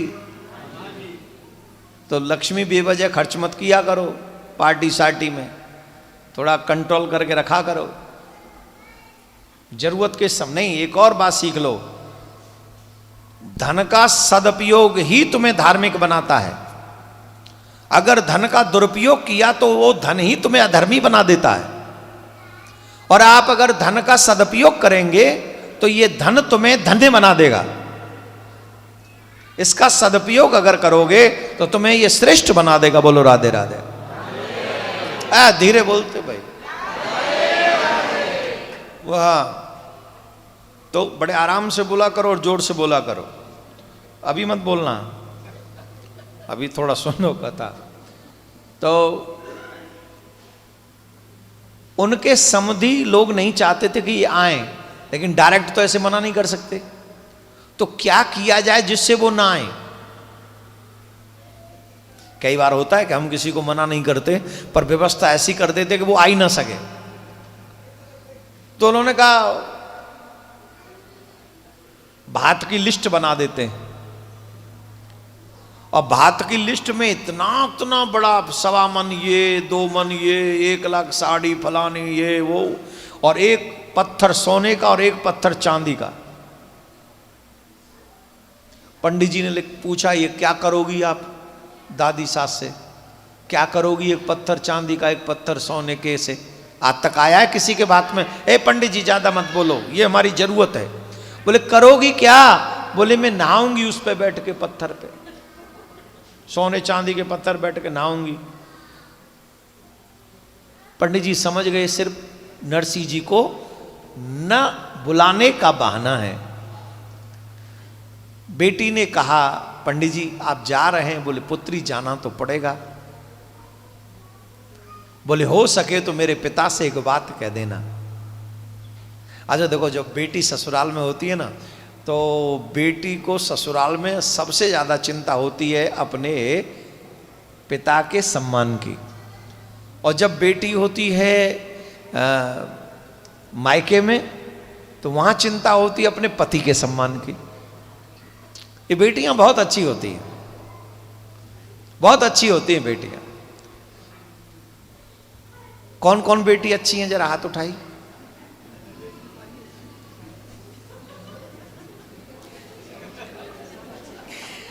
बेटियां सब अच्छी हैं, लेकिन शादी के बाद हम एक निवेदन करेंगे आपसे। जो मम्मियां बैठी हैं ना, मम्मियों से कहेंगे, बेटियों से नहीं कहेंगे। जब आपकी बेटी की शादी हो जाए ना, तो बेटी को ज्यादा कॉल मत किया करो। अगर आप चाहती हो कि आपकी बेटी का घर बना रहे, तो ज्यादा इंटरफेयर बेटी को मत करो। और बेटियों से भी हमारा निवेदन है, घर में छोटी मोटी चीजें हो ना, तो उन्हें घर में शेयर नहीं करना चाहिए। अब आप बड़ी हो गई हो, आपको स्वयं से हैंडल करनी चाहिए वो सब चीजें। ऐसी तो नहीं 14 साल की गुड़िया हो, 20-22 साल की उम्र में शादी होती है, 25 साल की उम्र में, तो अब गुड़िया तो हो नहीं। समझदार हो, इंजीनियर हो, डॉक्टर हो, अटरम हो, सटरम हो, न जाने काका पढ़ाई करके आए हो, तो अब इतने बड़े तो हो ही गए हो कि अपनी प्रॉब्लम्स थोड़ी बहुत हैंडल कर सको। तो मम्मी को इंटरफेयर बार बार ना। अगर लगे कि प्रॉब्लम बड़ी है तो मम्मी से पहले पापा से शेयर करो। किससे? ये सिर्फ आइडिया दे रहा हूं मैं, करना वही जो आपका मन हो। पर घर चलाने के लिए पापा ज्यादा रिस्पॉन्सिबल हैं और पॉजिटिव रहेंगे। मम्मी तो जब मम्मी के मूड में आ जाएगी ना, मम्मी का कैरेक्टर निभाएगी, तो मम्मी के कैरेक्टर बड़े खतरनाक होते हैं, वो भी स्पेशली जमाई के लिए। जैसे ही मम्मी के कैरेक्टर में आएगी जमाई की, तो बस टाई वाई खुल जाएगी सब 1 सेकेंड में। तू होता कौन है बे? तो जमाई मम्मी को न बताए ना, पापा को बताए।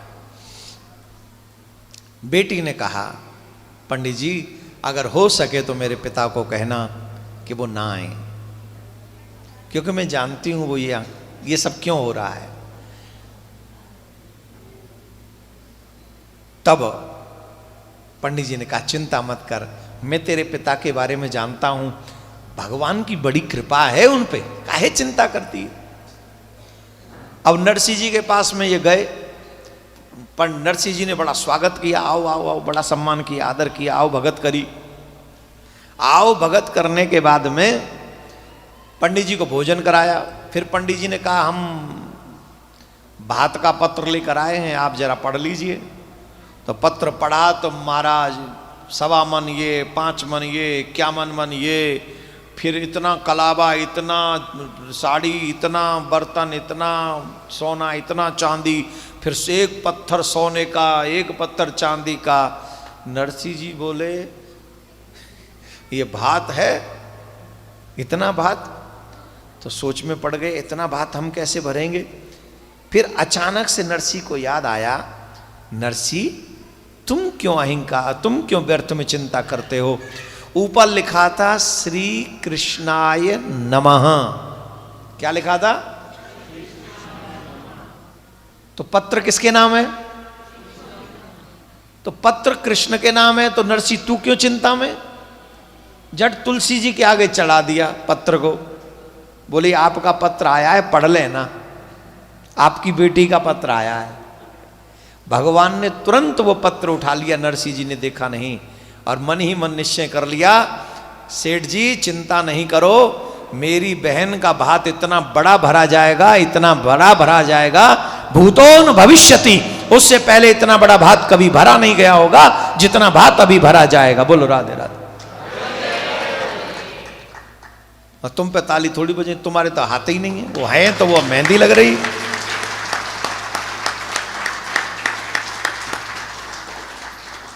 इन्हीं हाथों से मोबाइल कैसे चला लेते हो? एक सेकंड नहीं रुकता, यूं फर्र फर्र फर्र वो न्यो न्यो न्यो। हम लोग पहले सोचते थे भगवान ने अंगूठा क्यों दिया, इतनी उंगलियां दे रखी हैं तो फिर इस अंगूठे की क्या जरूरत, सारा काम तो उंगलियां ही करती थी। अब पता चला कि अंगूठा किस लिए भगवान ने दिया। भगवान जानते थे कि कलयुग में फोन नाम का बवंडर आएगा और उसमें सबसे ज्यादा इस अंगूठे की जरूरत पड़ेगी। ये अंगूठा ना हो तो महाराज फोन बिकना बंद हो जाए। दड़ादड़ दड़ दड़ादड़, उंगली तो काम ही नहीं है, उंगली का तो एक ही काम है, पकड़ के रख, तू पकड़ के रख अंगूठा से, कड़ाकड़ कड़ाकड़ कड़ाकड़। अरे ये अंगूठा ही लगेगा वहां, याद रखना, इसलिए देखभाल करके अंगूठा लगाना। भगवान की भक्ति करो तो भगवान अपने भक्तों को कहते तुम चिंता मत करो, भक्त चिंता दूर कर, मैं तो तेरे पास हूं, जिसने बुलाया प्रेम से मैं तो उसका दास हूं। जो भक्त पूर्णतः समर्पित है मैं उसका दास हूं। और नरसिंह जी ने नहीं सोचा कि मेरे पास कुछ नहीं है तो मैं नहीं जाऊंगा, बोले मैं तो जाऊंगा।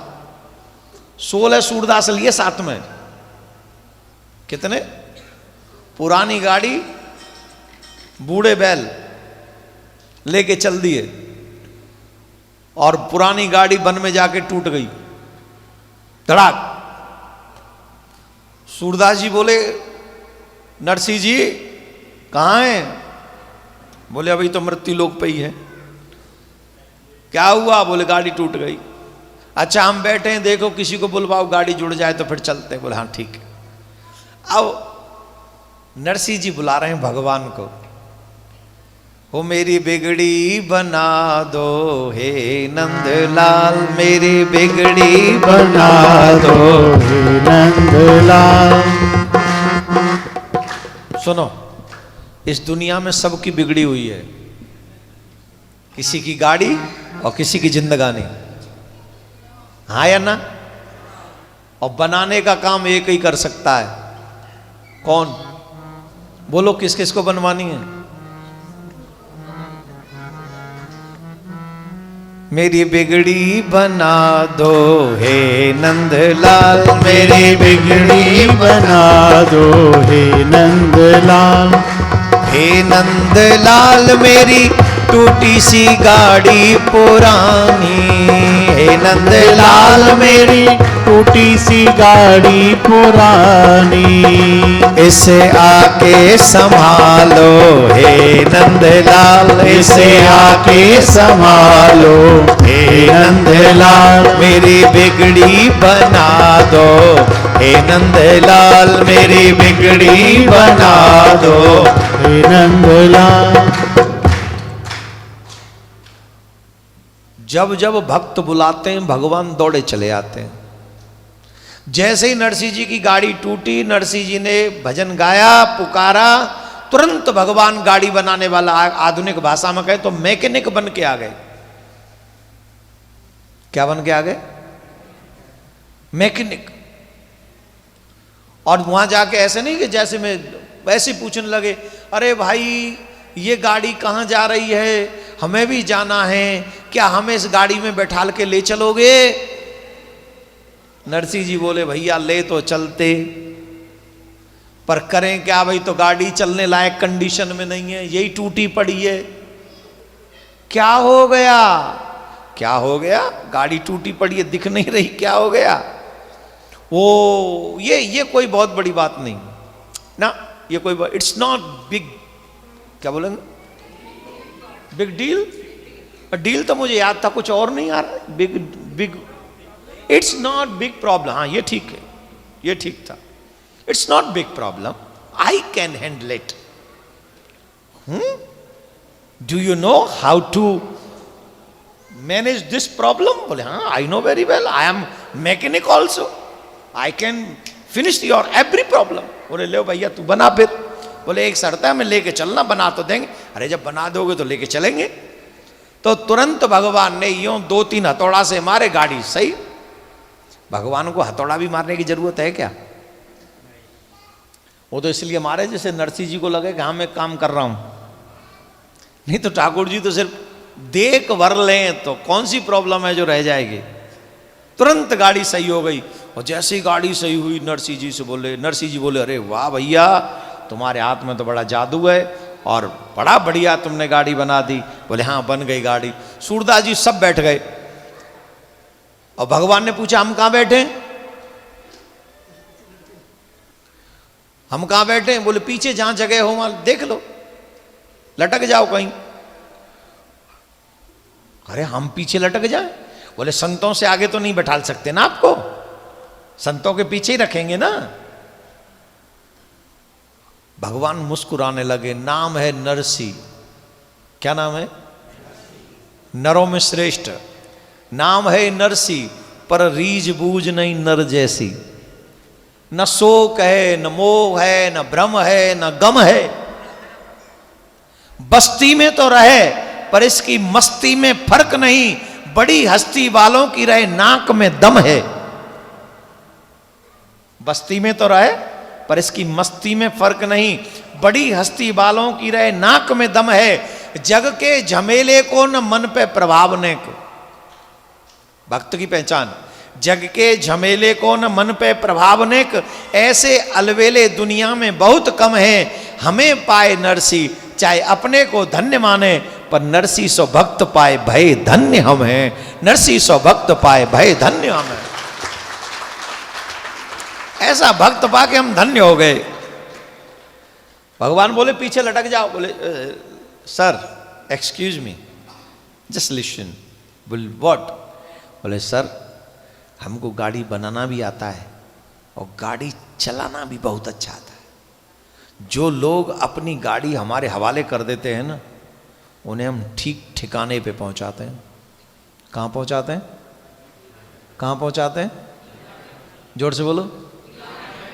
किसको? जो अपनी गाड़ी हमारे हवाले कर देते हैं। अपनी गाड़ी हमारे हवाले। और सच मानिए, अगर आप लोग अपने जीवन की गाड़ी भगवान के हवाले कर देंगे तो यहां भी बन जाएगी और वहां भी बन जाएगी।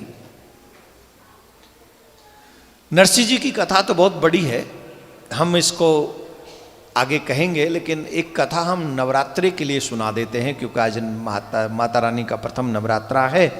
और 5 मिनट अगर आप बैठ जाएं, क्योंकि आज हमको थोड़ा जल्दी जाना है, आज कहीं जाना है बहुत आवश्यक है, तो हम भी आज थोड़ा जल्दी जाएंगे। कल थोड़ा ज़्यादा समय देंगे हम आपको। आज वाला टाइम जो 10 मिनट रह जाएंगी वो कल भरपाई करेंगे। और कल तो हम आपको एक विशेष सूत्र भी बताएंगे कि माता रानी की कृपा कैसे प्राप्त हो नवरात्रों में। तो जो यहाँ होंगे उन्हीं को ये प्राप्त होगा। तो आप सबसे निवेदन है कि कल एक बच्चों के साथ भी बड़ी संख्या में आप लोग पहुँचे। समय यही रहेगा, सेम टाइम, है ना। तो अभी एक छोटी सी 2 मिनट की कथा है नवरात्रि के व्रत की, तो आप लोग वो बड़े ध्यान से सुन लेंगे। एक ब्राह्मण देव थे जिनके पास संसाधनों की कमी थी। वो संसाधन ऐसे कि परिवार तृप्त होकर भोजन नहीं कर पाता था। तो ऐसे ही शारदीय नवरात्रि जब आए तो ब्राह्मण देव ने निश्चय किया कि मैं माता रानी का व्रत रखूंगा और दुर्गा मां जगदम्बा को मैं प्रसन्न करूंगा। ऐसा भाव रखकर वो ब्राह्मण देव नवरात्रों का व्रत प्रारंभ किया। और जब नवरात्रों का व्रत प्रारंभ हुआ, अष्टमी के दिन जब वो पहुंचे, हर दिन व्रत रखा। व्रत में ध्यान रखें, उल्टी सीधी चीजें नहीं खानी है। कई लोग तो टमाटर भी खा लेते हैं, तरबूज भी खा लेते हैं, लाल मिर्च भी खा लेते हैं, ऊपर से कहते हैं ये व्रत का टमाटर है। शर्मा जी, ये व्रत का टमाटर कौन सा होता है भाई? व्रत का तरबूज कौन सा होता है? और तो और व्रत की लाल मिर्च भी होती है। किसी से पूछो ये टमाटर क्यों? महाराज व्रत का है ये टमाटर। महाराज ये लाल मिर्च व्रत की, तरबूजा व्रत का, तो फिर व्रत क्यों रह रहे हो? पिज़्ज़ा ही खा लो। अरे व्रत का मतलब है उन चीजों का त्याग कर दो जो गरिष्ठ हैं, जो हैवी हैं, जिनको नहीं खाना चाहिए। स्पेशली तरबूजा नहीं खाना चाहिए, स्पेशली क्या नाम है, टमाटर नहीं खाना चाहिए, लाल मिर्च नहीं खानी चाहिए। वैसे तो ज्यादा जीभ का स्वाद रखना ही नहीं चाहिए। कई लोग ऐसे हैं जो मात्र 2 लौंग और 2 बतासों से पूरा व्रत करते हैं। कई लोग मात्र जल पी के व्रत करते हैं। ऊपर से तुम्हें तो वो पनीर का टिक्का भी खाना है, ऊपर से पकौड़ी भी खानी है, फिर हलवा भी खाना है। अरे व्रत क्यों रह रहे हो? फिर तो ऐसे नहीं, व्रत को व्रत की तरीके से रहो। हो सके तो नमक भी नहीं लेना चाहिए, लेना भी है तो सेंधा नमक लेना चाहिए, और नमक मिर्च ज़्यादा न खाकर एक समय भोजन करे। भोजन माने फलाहार करे। माता रानी अवश्य कृपा करेंगे, इसमें संशय नहीं। जो न खाने योग्य है वो न खाओ, जो खाने योग्य है वो खाओ, अगर खाना ही है तो पंडित जी अष्टमी तक पहुंच गए, और अष्टमी के दिन जब मां की पूजा कर रहे थे तो उनके नेत्रों में अश्रु भर आया। ध्यान से सुनना, कितनी जल्दी सुनती है मां। अष्टमी के दिन उनके नेत्रों में अश्रु भराए और रोने लगे पंडित जी। और जब पंडित जी रोने लगे तो सिर्फ इतना कहा, मां मैं आपसे कोई राज्य नहीं मांग रहा हूं, मैं आपसे कोई वैभव नहीं मांग रहा हूं, मैं आपसे कोई वस्तु व्यवस्थाएं नहीं मांग रहा हूं, गाड़ी घोड़ा नहीं मांग रहा हूं, पर मां सच बता, क्या तेरे बच्चों को पेट भर के खाने का भी अधिकार नहीं है? क्या तेरे बच्चे पेट भर के भोजन नहीं कर सकते? रो गए पंडित जी माता की पूजा करते करते अष्टमी की रात्रि में। और जैसे ही नवमी का प्रारंभ हुआ, प्रातः काल एक बहुत सुंदर तेजस्वी स्त्री देवी ने दरवाजा नॉक किया, कुटिया का दरवाजा खोला। पंडित जी ने दरवाजा खोला। पंडित जी ने देखा बड़ी तेजस्वी कोई देवी है। पूछा आप कौन हैं? बोले मैं कौन हूं ये भूल जाओ पुत्र, आज के बाद तुम नित्य पेट भर के भोजन कर सकोगे, ये मैं तुम्हें देने के लिए आई हूं, ये तुम रखो। एक पात्र था जिसमें भोजन की सामग्री थी, और बोले इसमें से ये भोजन की सामग्री कभी पूर्ण नहीं होगी, क्योंकि मेरा नाम अन्नपूर्णा है, मैं तुम्हें देकर जाते हूं।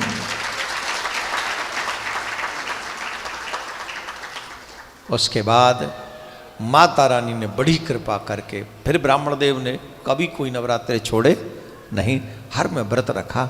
मैं आप सबसे भी निवेदन करूंगा, नवरात्रे के व्रत में कोई भी व्रत हो, कई लोग तो ये कहते हैं हम घर से नहीं निकलते क्योंकि नवरात्रे हैं ना, व्रत रखते हैं हम लोग, क्यों नहीं निकलते? वो फिर थोड़ा चला फिलाने नहीं। व्रत में हो तो कथा जरूर सुननी चाहिए, व्रत में हो तो भजन जरूर करना चाहिए, व्रत में हो तो देवी की कथाएं सुनते रहो, उसका लाभ मिलेगा तुम्हें, उसका प्रभाव होगा तुम्हारे जीवन पे। अब रह रहे हो नवरात्रे के व्रत और टीवी सीरियल देख रहे हो, नागिन देख रहे हो, नागिन। और क्या आ रहा है आजकल?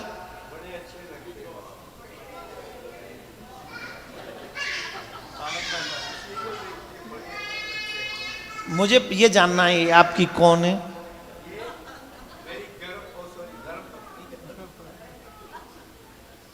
फिर मैं समझ सकता हूं। और यहां बैठ के इस बात को कितने प्यार से जिससे कहा मैं समझता हूं कितना प्रेम है आपको इनसे।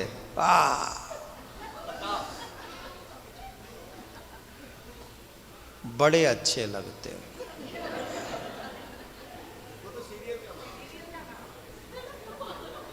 मैंने नहीं देखा, चलिए, खैर बहुत अच्छा। तो आप अगर व्रत में हो और फिर भी वही संसारिक काम, हम लोग वही सुनना, वही देखना, वही सब करना, इसका मतलब आपने व्रत के नियम को समझा ही नहीं। हर उस मन की अच्छाई को, जो मन को अच्छा लगता है ना बुरी चीजों में, उन सब का त्याग करना ही व्रत है। सिर्फ भोजन को छोड़ना व्रत नहीं कहते। असत्य बोलना छोड़ दो, उल्टा सीधा खाना छोड़ दो, बुराई करना छोड़ दो, बुराई सुनना छोड़ दो, भजन करना प्रारंभ करो, बुरी चीजें छोड़ो, अच्छाई को एक्सेप्ट करो, यही व्रत है। तो ऐसे व्रत रखना चाहिए। आप सब वो व्रत रखें। कल भी हम आपको ये कथाएं सुंदर सुनाएंगे। एक संदेश हम आपको दे दें, उसके बाद में आगे। भैया 1 मिनट और बैठेंगे बेटा, सिर्फ 1 मिनट, 1 मिनट प्लीज। और तुम आ भी नहीं गए थे 6 बजे।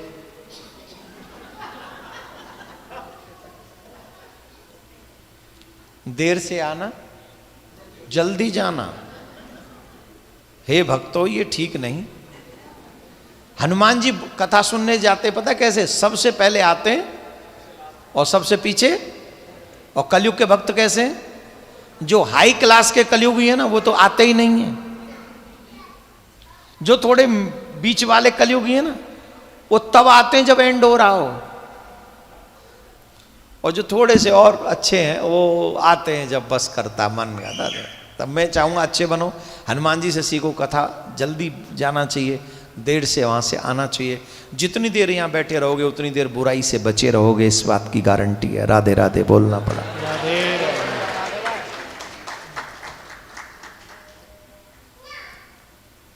1 मिनट कीर्तन कर लें, उसके बाद में आज के सत्र को पूरा करेंगे।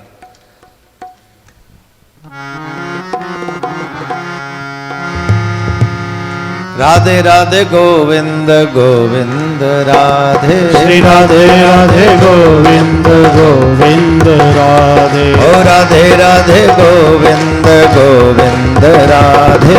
राधे राधे गोविंद गोविंद राधे। गोविंद राधे गोपाल राधे। गोविंद राधे गोपाल राधे। गोविंद राधे गोपाल राधे। गोविंद राधे गोपाल राधे। राधे राधे गोविंद राधे। राधे राधे गोविंद गोविंद राधे। आप सभी से एक निवेदन है, आप लोग माथे पे तिलक अवश्य लगाया करो, गले में तुलसी धारण करो, हाथ में कलावा बांधो। आप अपने संस्कार स्वीकार करो। आप अपने संस्कारों को छोड़ देंगे तो आपके जीवन में कभी सुख नहीं हो सकता। शास्त्रों में कहा गया है धर्मो रक्षति, जोर से बोलिए, धर्मो रक्षति। आप धर्म की रक्षा करिए, धर्म आपकी रक्षा करेगा। और ईमानदारी से बताओ, क्या धर्म हमारे घर में सुरक्षित है?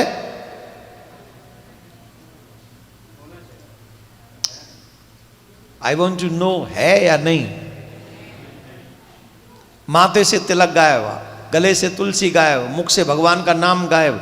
हम लोग किसी को राम राम नहीं करते मिलते हुए। क्यों हम राम राम नहीं कर सकते? अगर हम लोग अपने भारतीयों में एक दूसरे से मिलते हैं तो राम राम कर सकते हैं, जयराम जी की कर सकते हैं, राधे राधे बोल सकते हैं। अगर हम किसी अंग्रेज से मिले या बिजनेस साइड पे मिले तो हम good evening, good afternoon, no problem. लेकिन घर में हमें राम राम बोलना चाहिए, अपने बच्चों से राम राम बुलवाना चाहिए,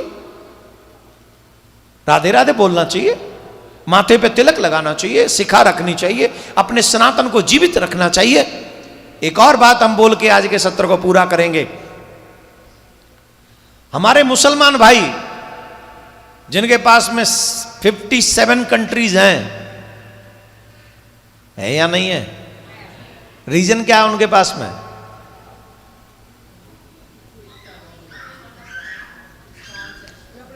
क्योंकि वो कुरान पढ़ते हैं और उनके लिए धर्म सिर्फ कुरान है। हम लोग रामायण नहीं पढ़ते हैं, हमारे बच्चे रामायण नहीं पढ़ते हैं, गीता नहीं पढ़ते हैं। और जब वो रामायण और गीता नहीं पढ़ेंगे तो वो धर्म को क्या जानेंगे? और जब जानेंगे नहीं तो मानेंगे कैसे? बताइए, मानेंगे बिना जाने? इसलिए मैं आप सबसे रिक्वेस्ट कर रहा हूं, प्लीज आप सभी अपने घर में रामायण पढ़ाना प्रारंभ करिए, पढ़ना प्रारंभ कीजिए। गूगल पे अंग्रेजी में भी है। अगर कोई कहता है I don't understand Hindi, I don't read Hindi, no problem, you can go through Google, there is on English, you can read in English.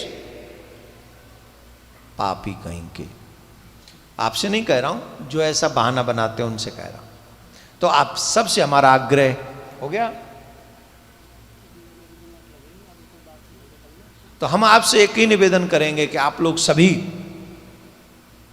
Ramayan पढ़िए और अपने बच्चों को पढ़ाइए। संस्कार ही व्यक्ति को संपन्न बनाते हैं। जब संस्कार नहीं होगा तो मनुष्य संपन्न नहीं होगा। पैसा तो किसी के भी पास हो सकता है। जुआ खेलने वाले बैठे यहाँ अमेरिका में जाते हैं, लास वेगास एक जगह है, वहां जाते हैं लोग, जुआ ही खेलने जाते हैं और उनके पास भी पैसा है। तो पैसे होना कोई बहुत बड़ी बात नहीं है, संस्कार होना बहुत बड़ी बात है।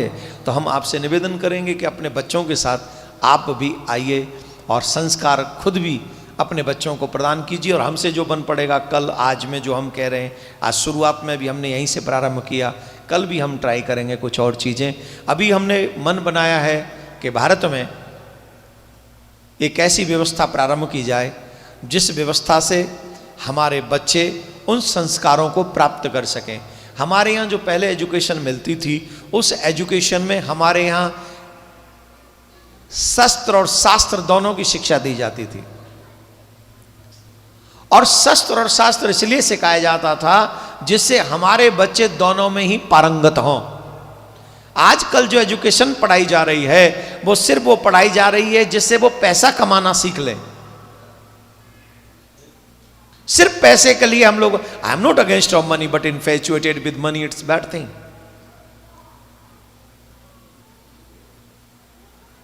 We are human, so why don't you read how to live life? Who teach us how to live life?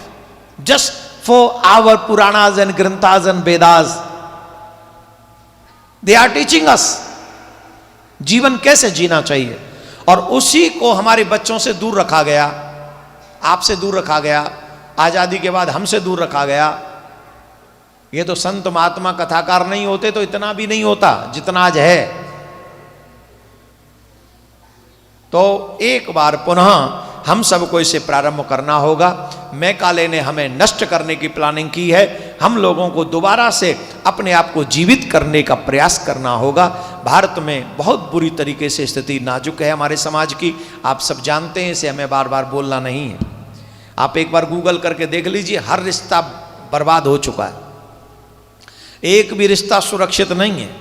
उन रिश्तों को बचाने के लिए बहुत जरूरी है कि हम और आप सभी एक बार नया संयोजन करें और एक ऐसा संयोजन करें जिससे हमारे बच्चे हमारे शास्त्रों को भी पढ़ें, धन कमाना भी सीखें, जो कला वो जानते हैं वो कलाओं में भी निपुण हों, और अपने आप को आगे बढ़ाने से, संस्कारी बनने से उन्हें कभी संकोच न हो, शर्म न हो। आज कोई बालक तिलक लगाए तो इसी बात से डरता है कि लोग क्या कहेंगे, चोटी रख ले तो इस बात से डर लगता है कि लोग कहेंगे पंडित जी बन गया। उस झिझक को, उस ज्ञान को, उस ऋषियों के विज्ञान को हम अपने बच्चों को पुनः प्राप्त कराएं, ये प्रयास हम सबका होना चाहिए। बताइए, होना चाहिए कि नहीं होना चाहिए? जोर से बोलिए, होना चाहिए कि नहीं होना चाहिए? कौन कौन हमारा साथ देगा? तो सबसे पहले तो आप अपना मोबाइल निकालो, नहीं मजाक नहीं, लेके नहीं जा रहा हूं, कुछ और बता रहा हूं। आप मोबाइल निकालो और मोबाइल निकाल के हमारे फेसबुक पेज पे जाओ, हमारे ही नाम से है, और यूट्यूब पे भी हमारे नाम से जो है उस पे जाओ। इन दोनों को अभी फॉलोअप करो। उसमें तो कई चीज़ें अभी डाली हुई हैं रिसेंटली, नवरात्रों के लिए भी कई चीज़ें डाली हुई हैं, वो हमारे बच्चों को बहुत काम आने वाली है। वो ब्लू टिक लगी हुई है दोनों जगह पे, यूट्यूब पे भी हमारे नाम से डालोगे और फेसबुक पे भी डालोगे तो वो लग जाएगी, ब्लू टिक वाला मिल जाएगा। उससे आप क्या बोलते हैं, फॉलो और सब्सक्राइब जो भी होता है करके, उसमें अभी मत पढ़ना, वहाँ जाके घर जाके उसमें 2-4 वीडियो देखना, नवरात्रों के लिए भी डाली हैं, उनको थोड़ा सा सुनना। जीवन से संबंधित बहुत सारी चीज़ें हैं, वो भी अभी उसको सुनना। तो ये प्रारंभ करेंगे, आप सभी इसमें हमारा साथ देंगे। बहुत बहुत साधुवाद, धन्यवाद। कल इससे भी बड़ी संख्या में आप लोग आएँ, 10-5 लोगों को और इन्फॉर्म करें जिससे वो लोग भी यहाँ पर पहुँच सकें। 2 मिनट और बैठे रहेंगे, इसके बाद आरती के बाद प्रसाद लेते हुए अपने घर जाएं, क्योंकि आज माता रानी का पहला दिन है, तो प्रसाद बहुत महत्वपूर्ण है। राधे राधे बोलना पड़ेगा। बोल वृंदावन बिहारी लाल की। जिस प्रकार अभी पूज्य महाराज जी ने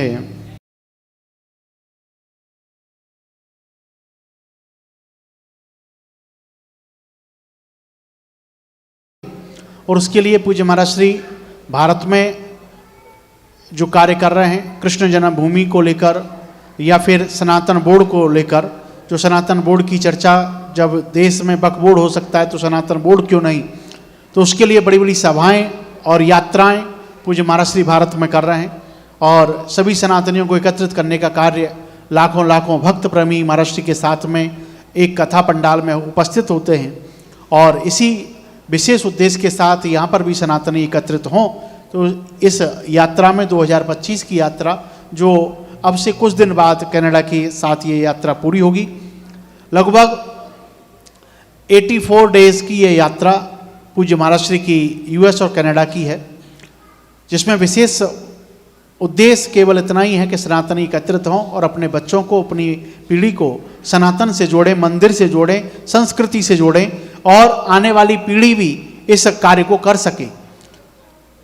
हम सभी केवल पैसे को लेकर एजुकेशन अपने बच्चों को देते हैं कि किस तरीके से हमें पैसा कमाना चाहिए, लेकिन किस तरीके से संस्कार हमारे बच्चों में होने चाहिए वो हम कम प्रयास करते हैं। मैं ये नहीं कह रहा हूँ कि सभी ऐसा ही करते हैं, नहीं, बहुत कम प्रयास ऐसा होता है। तो उसी विषय को समझते हुए पूज्य महाराज ने निर्णय लिया कि हम ब्रज भूमि में वर्षाने में एक गुरुकुलम बनाया जाए और उसमें हर युवा को, हर बच्चों को वो अवसर दिया जाए कि हमारे संस्कार भी उनके अंदर हों और वो इंजीनियर भी बनकर वहाँ से जाएं। ऐसा गुरुकुलम मॉडल जो कि आज के युग के हिसाब से वो गुरुकुलम बने, जिसमें हर बच्चा अपने आप को पढ़कर और उसका माता पिता भी, उसके फैमिली भी गर्व महसूस करे कि हमने उस गुरुकुलम से पढ़ाई की है। तो उस कार्य को पूज्य महाराज जी ने यूएस में आने के बाद प्रारंभ किया है।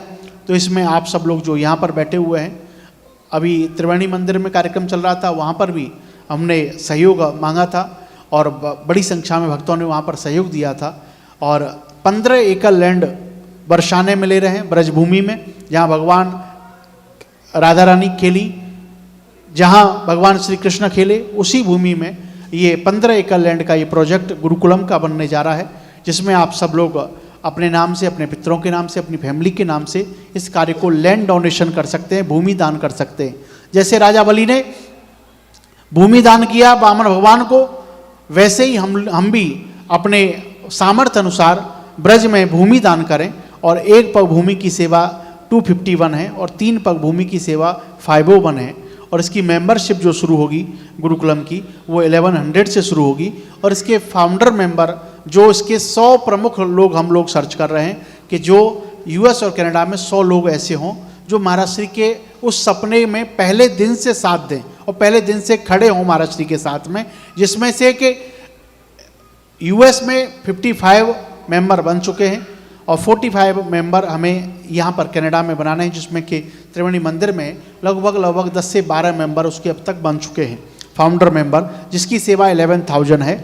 और पहली घड़ी से महाराज श्री के उस सपने को साकार करने में जब गुरुकुलम कंस्ट्रक्शन शुरू हो जाएगा तो लाखों भक्त आएंगे अपना सहयोग देने के लिए, लेकिन जब पहले दिन से उस कार्य को प्रारंभ किया जा रहा है, वो सच्चे सनातनी कौन है, वो सच्चे आने वाली पीढ़ी के लिए चिंता करने वाले कौन हैं, तो वो कार्य हमने प्रारंभ किया है और हम इंतजार कर रहे हैं कि ऐसे लोग, कुछ लोग यहाँ पर भी 2-3 लोग फाउंडर मेंबर के रूप में आएँ और अपना सहयोग महाराज श्री के साथ जुड़कर उस गुरुकुलम की स्थापना ब्रज भूमि में कराएं। तो जिनको भी इस कार्य के लिए, फाउंडर मेंबर की कार्य के लिए यदि आपको मिलना है, संपर्क करना है, तो आप हमसे या हमारे दिनेश गौतम जी यहाँ बैठे हुए हैं उनसे संपर्क कर सकते हैं। और दिनेश गौतम जी भी यहाँ फाउंडर मेंबर बने हैं, वो भी यहाँ पर हैं। हमारे पटेल साहब, सुनील पटेल जी, वो भी बैठे हुए हैं, वो भी फाउंडर मेंबर बने हैं। ऐसे कई लोग हैं जो फाउंडर मेंबर बने। यदि आप लोग भी सामर्थ्यवान हैं, ठाकुर जी ने हमको इतनी सामर्थ्य दी है कि हम लोग फाउंडर मेंबर बनकर ब्रजभूमि में लैंड डोनेशन करके और उसमें आपके पितरों का या आपका नाम वहाँ गुरुकुलम में लिखा जाएगा आजीवन। तो जो भी भक्त प्रेमी ये करना चाहें, इसके विषय में संपर्क करना चाहें, तो वो उनसे या हमसे संपर्क कर सकते हैं जब आप लोग आरती के बाद मिलेंगे। इसके साथ यदि कोई व्यक्ति उतनी सेवा नहीं कर सकता है तो 2100 भी सेवा, 1100 भी सेवा आप लोग कर सकते हैं। नीचे जब जाएंगे, उतरेंगे तो राइट साइड में ऑफिस है, वहाँ कार्ड से, चेक से, ई ट्रांसफ़र से आप लोग सेवा वहाँ जाकर कर सकते हैं और अपनी सेवा देकर, जिससे कल आप सबको यहाँ लास्ट के दिन महाराष्ट्री की विदाई का भी आपको श्रेय मिले और आप महाराष्ट्री के सपने को साकार करें और आशीर्वाद भी आप सबको मिल सके। और जिनको गौशाला के लिए सेवा करनी है वो भी वहाँ जाकर सेवा कर सकते हैं। सनातनी परिवार व्हाट्सएप ग्रुप हमने टोरंटो का बनाया है, तो जिनको भी, क्योंकि महाराष्ट्री यहाँ आने के बाद भारत चले जाएंगे, तो भारत में जो जो कार्य कर रहे हैं तो उसको उस परिवार के माध्यम से आपको जानकारी होती रहे कि पूज्य महाराज श्री क्या क्या कार्य कर रहे हैं और कितना कार्य सनातनियों के लिए किया जा रहा है। तो वो जानकारी के लिए कथाएं इत्यादि आप सबको मिलती रहें समय समय पर। तो उसमें जिनको भी सनातनी परिवार से जुड़ना है तो वो आप लोग हमसे QR कोड, यहाँ पर जब प्रसाद आप लेकर आएंगे तो QR कोड आपको मिलेगा, उसको स्कैन कर सकते हैं। नीचे जाकर भी QR कोड स्कैन कर सकते हैं। अभी मंदिर की हम लोग आरती करेंगे। आरती के बाद में एक लाइन बनाकर, जैसे कल आप लोग आए थे, ऐसे ही आकर महाराष्ट्री को प्रणाम करेंगे और यहीं से फल का प्रसाद व्यासपीठ से आपको मिलेगा और फिर नीचे जाकर भोजन प्रसाद आप लोग ले सकेंगे। और जिनको भी QR कोड स्कैन करना होगा वो कर सकेंगे। डोनेशन के लिए नीचे जाकर जो महाराष्ट्री की संस्था के लिए डोनेशन होगा वो नीचे जाकर राइट साइड में आप लोग कर सकेंगे। अभी हमारे मंदिर के सदस्य और मंदिर की ओर से कुछ विशेष जानकारी है और उसके बाद में फिर हम लोग आगे। हमारा निवेदन है, कौन कौन हमारे साथ मिलकर सनातन को आगे बढ़ाना चाहता है? कौन कौन चाहता है सनातन आगे बढ़ता रहे? जो चाहते हाथ उठाओ। अच्छा, जो नहीं चाहते वो नीचे रखो। चाहते हो तो सबसे पहली बात तो जो वो व्हाट्सएप ग्रुप है उससे आप लोग सब जुड़ जाएं। वो जो स्किन वो क्या लेते, फ़ोटो वोटो लेके जुड़ जाते हैं। और उसके बाद में आज पहला नवरात्रा है। देश की तमाम बहन बेटियों की सुरक्षा के लिए जो गुरुकुलम में इसमें सहयोग करेंगे, सिर्फ माता रानी ही प्रसन्न नहीं होगी, वो तमाम कन्याएं भी आपको और आपके बच्चों को आशीर्वाद देती रहेंगी। नवरात्रों में सदुपयोग यही होगा कि विद्या का दान देने में हम लोग किसी का सहयोग कर सकें। बहुत बहुत साधुवाद आपका। जुड़िएगा जरूर परिवार से, वो व्हाट्सएप ग्रुप से सभी जुड़ें। राधे राधे। आवाज़ नहीं आई। राधे राधे। ऐसे स्वामी जी, आपका हमारा मार्गदर्शन करने के लिए बहुत बहुत धन्यवाद। कई बार होता है बातें मालूम होती हैं पर उनको जगाना पड़ता है, जो कि आपने हमारा मार्गदर्शन किया। बहुत बहुत धन्यवाद। आज का जो प्रीति भोज है वो अरुण नगारिया जी और उनकी फैमिली की तरफ से है। आप प्लीज़ आप पंडित जी के पास आ जाएं। और जो स्वामी जी ने अपना जो उन्होंने जो अनाउंसमेंट्स करी हैं, प्लीज़ अपना उसमें ज़रूर योगदान दें। गुरुकुलम के लिए अपना ज़रूर योगदान दें, क्योंकि अपने सनातन को हमने ऊपर उठाना है। हमारा यही यहाँ पर इकट्ठे होने का यही मकसद है। और इस बार हमारी नवरात्रि में सारी की सारी चौकियाँ बुक हैं। पूरे 9 दिन एवरी डे शाम को चौकी होगी। आपको ईमेल भी आ जाएगी। मोस्टली 5 से 7 हैं। और जो अष्टमी की चौकी है वो मंडे को, वो 4 से 7 बजे तक है। और उसमें अगर किसी ने भाग लेना है तो आप किसी पंडित जी से हमारे या किसी भी हमारे बोर्ड मेंबर से आप उनसे संपर्क कर सकते हैं। और अच्छा, आरती के बाद, आरती बैठे बैठे करनी है। आरती बैठे बैठे करनी है। आरती के बाद प्लीज़ लाइन बनाकर आप यहाँ पर स्वामी जी से आशीर्वाद ले सकते हैं। भीड़ ना लगाएं, हम यहाँ पर क्यू मेंबर्स यहाँ लगा देंगे। तो आप प्लीज़ ध्यान से लाइन बनाकर धीरे धीरे एक एक करके आएँ।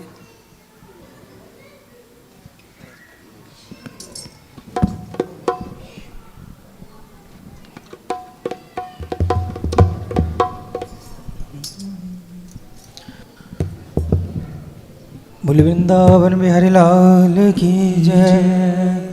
कर्पूर गौरम करुणावतारम संसार सारम भुजगेन्द्रहारम सदा वसन्तं हृदयारविन्दे भवं भवानी सहितं नमामि।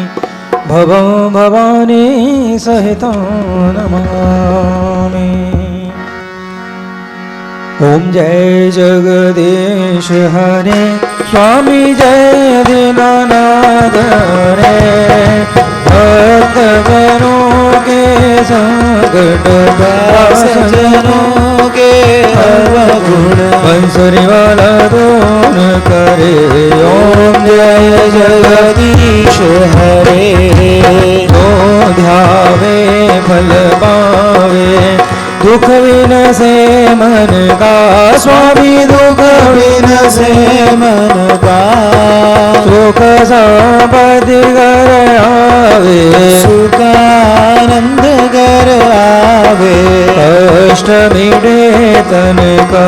ओम जय जगदीश हरे मात पिता तुम मेरे शरण पड़ू मैं किसकी स्वामी शरण पड़ू मैं किसकी तुम बिन और न दूजा प्रभु बिन और न दूजा आस करूं जिसकी।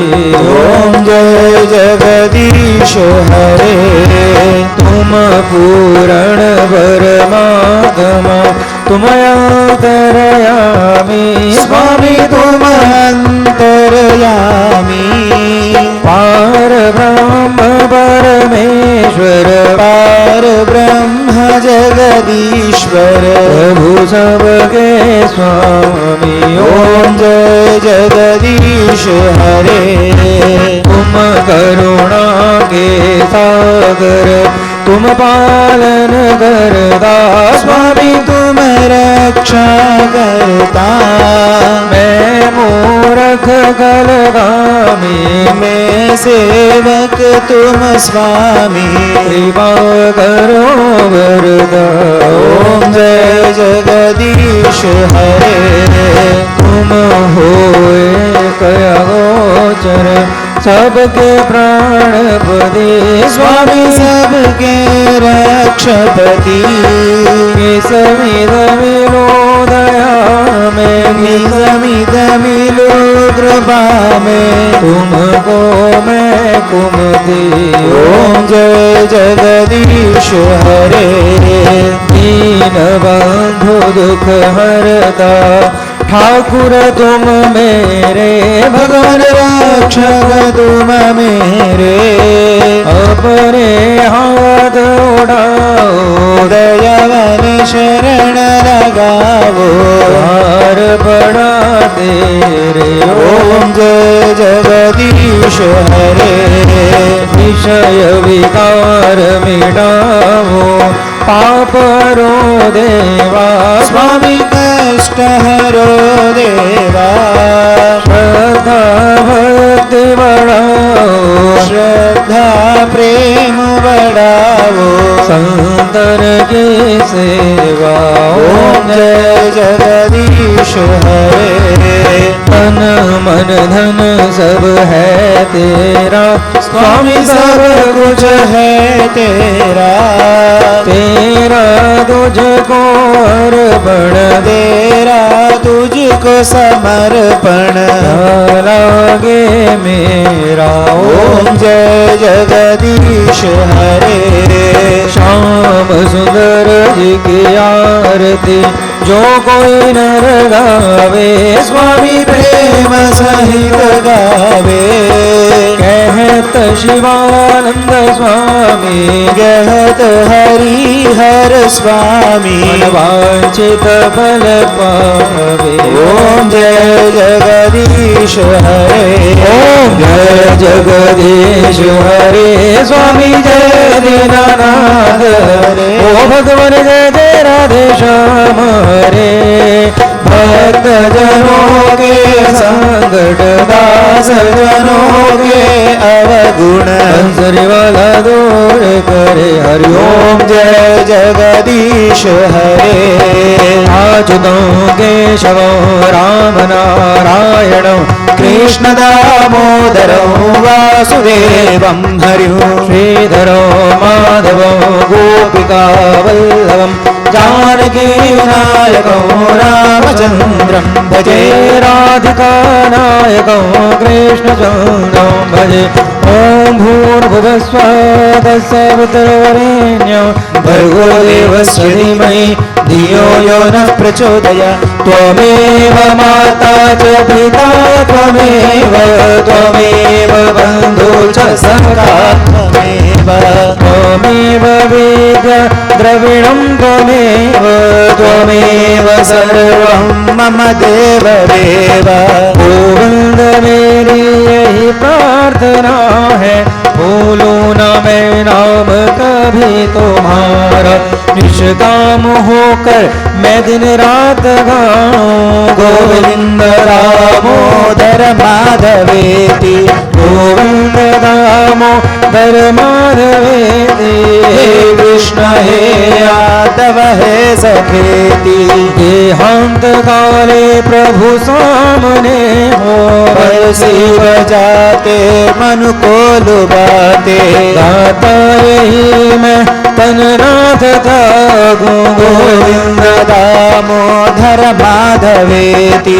गोविंद दामोदर माधवेति हे कृष्ण हे यादव हे सखेति हाथ जोड़ विनती करूं धर्म चरण में शीर्ष ज्ञान भक्ति मोहे दीजियो परम पुरुष जगदीश दया दृष्टि मुझ पे करो हे करुणा के धाम इस दिन मैं सुमिरन करूं राम राम श्री राम बार बार वर मांगूं हर्ष देव श्री रंग पद सरोजन पायनी भक्ति सदा सत्संग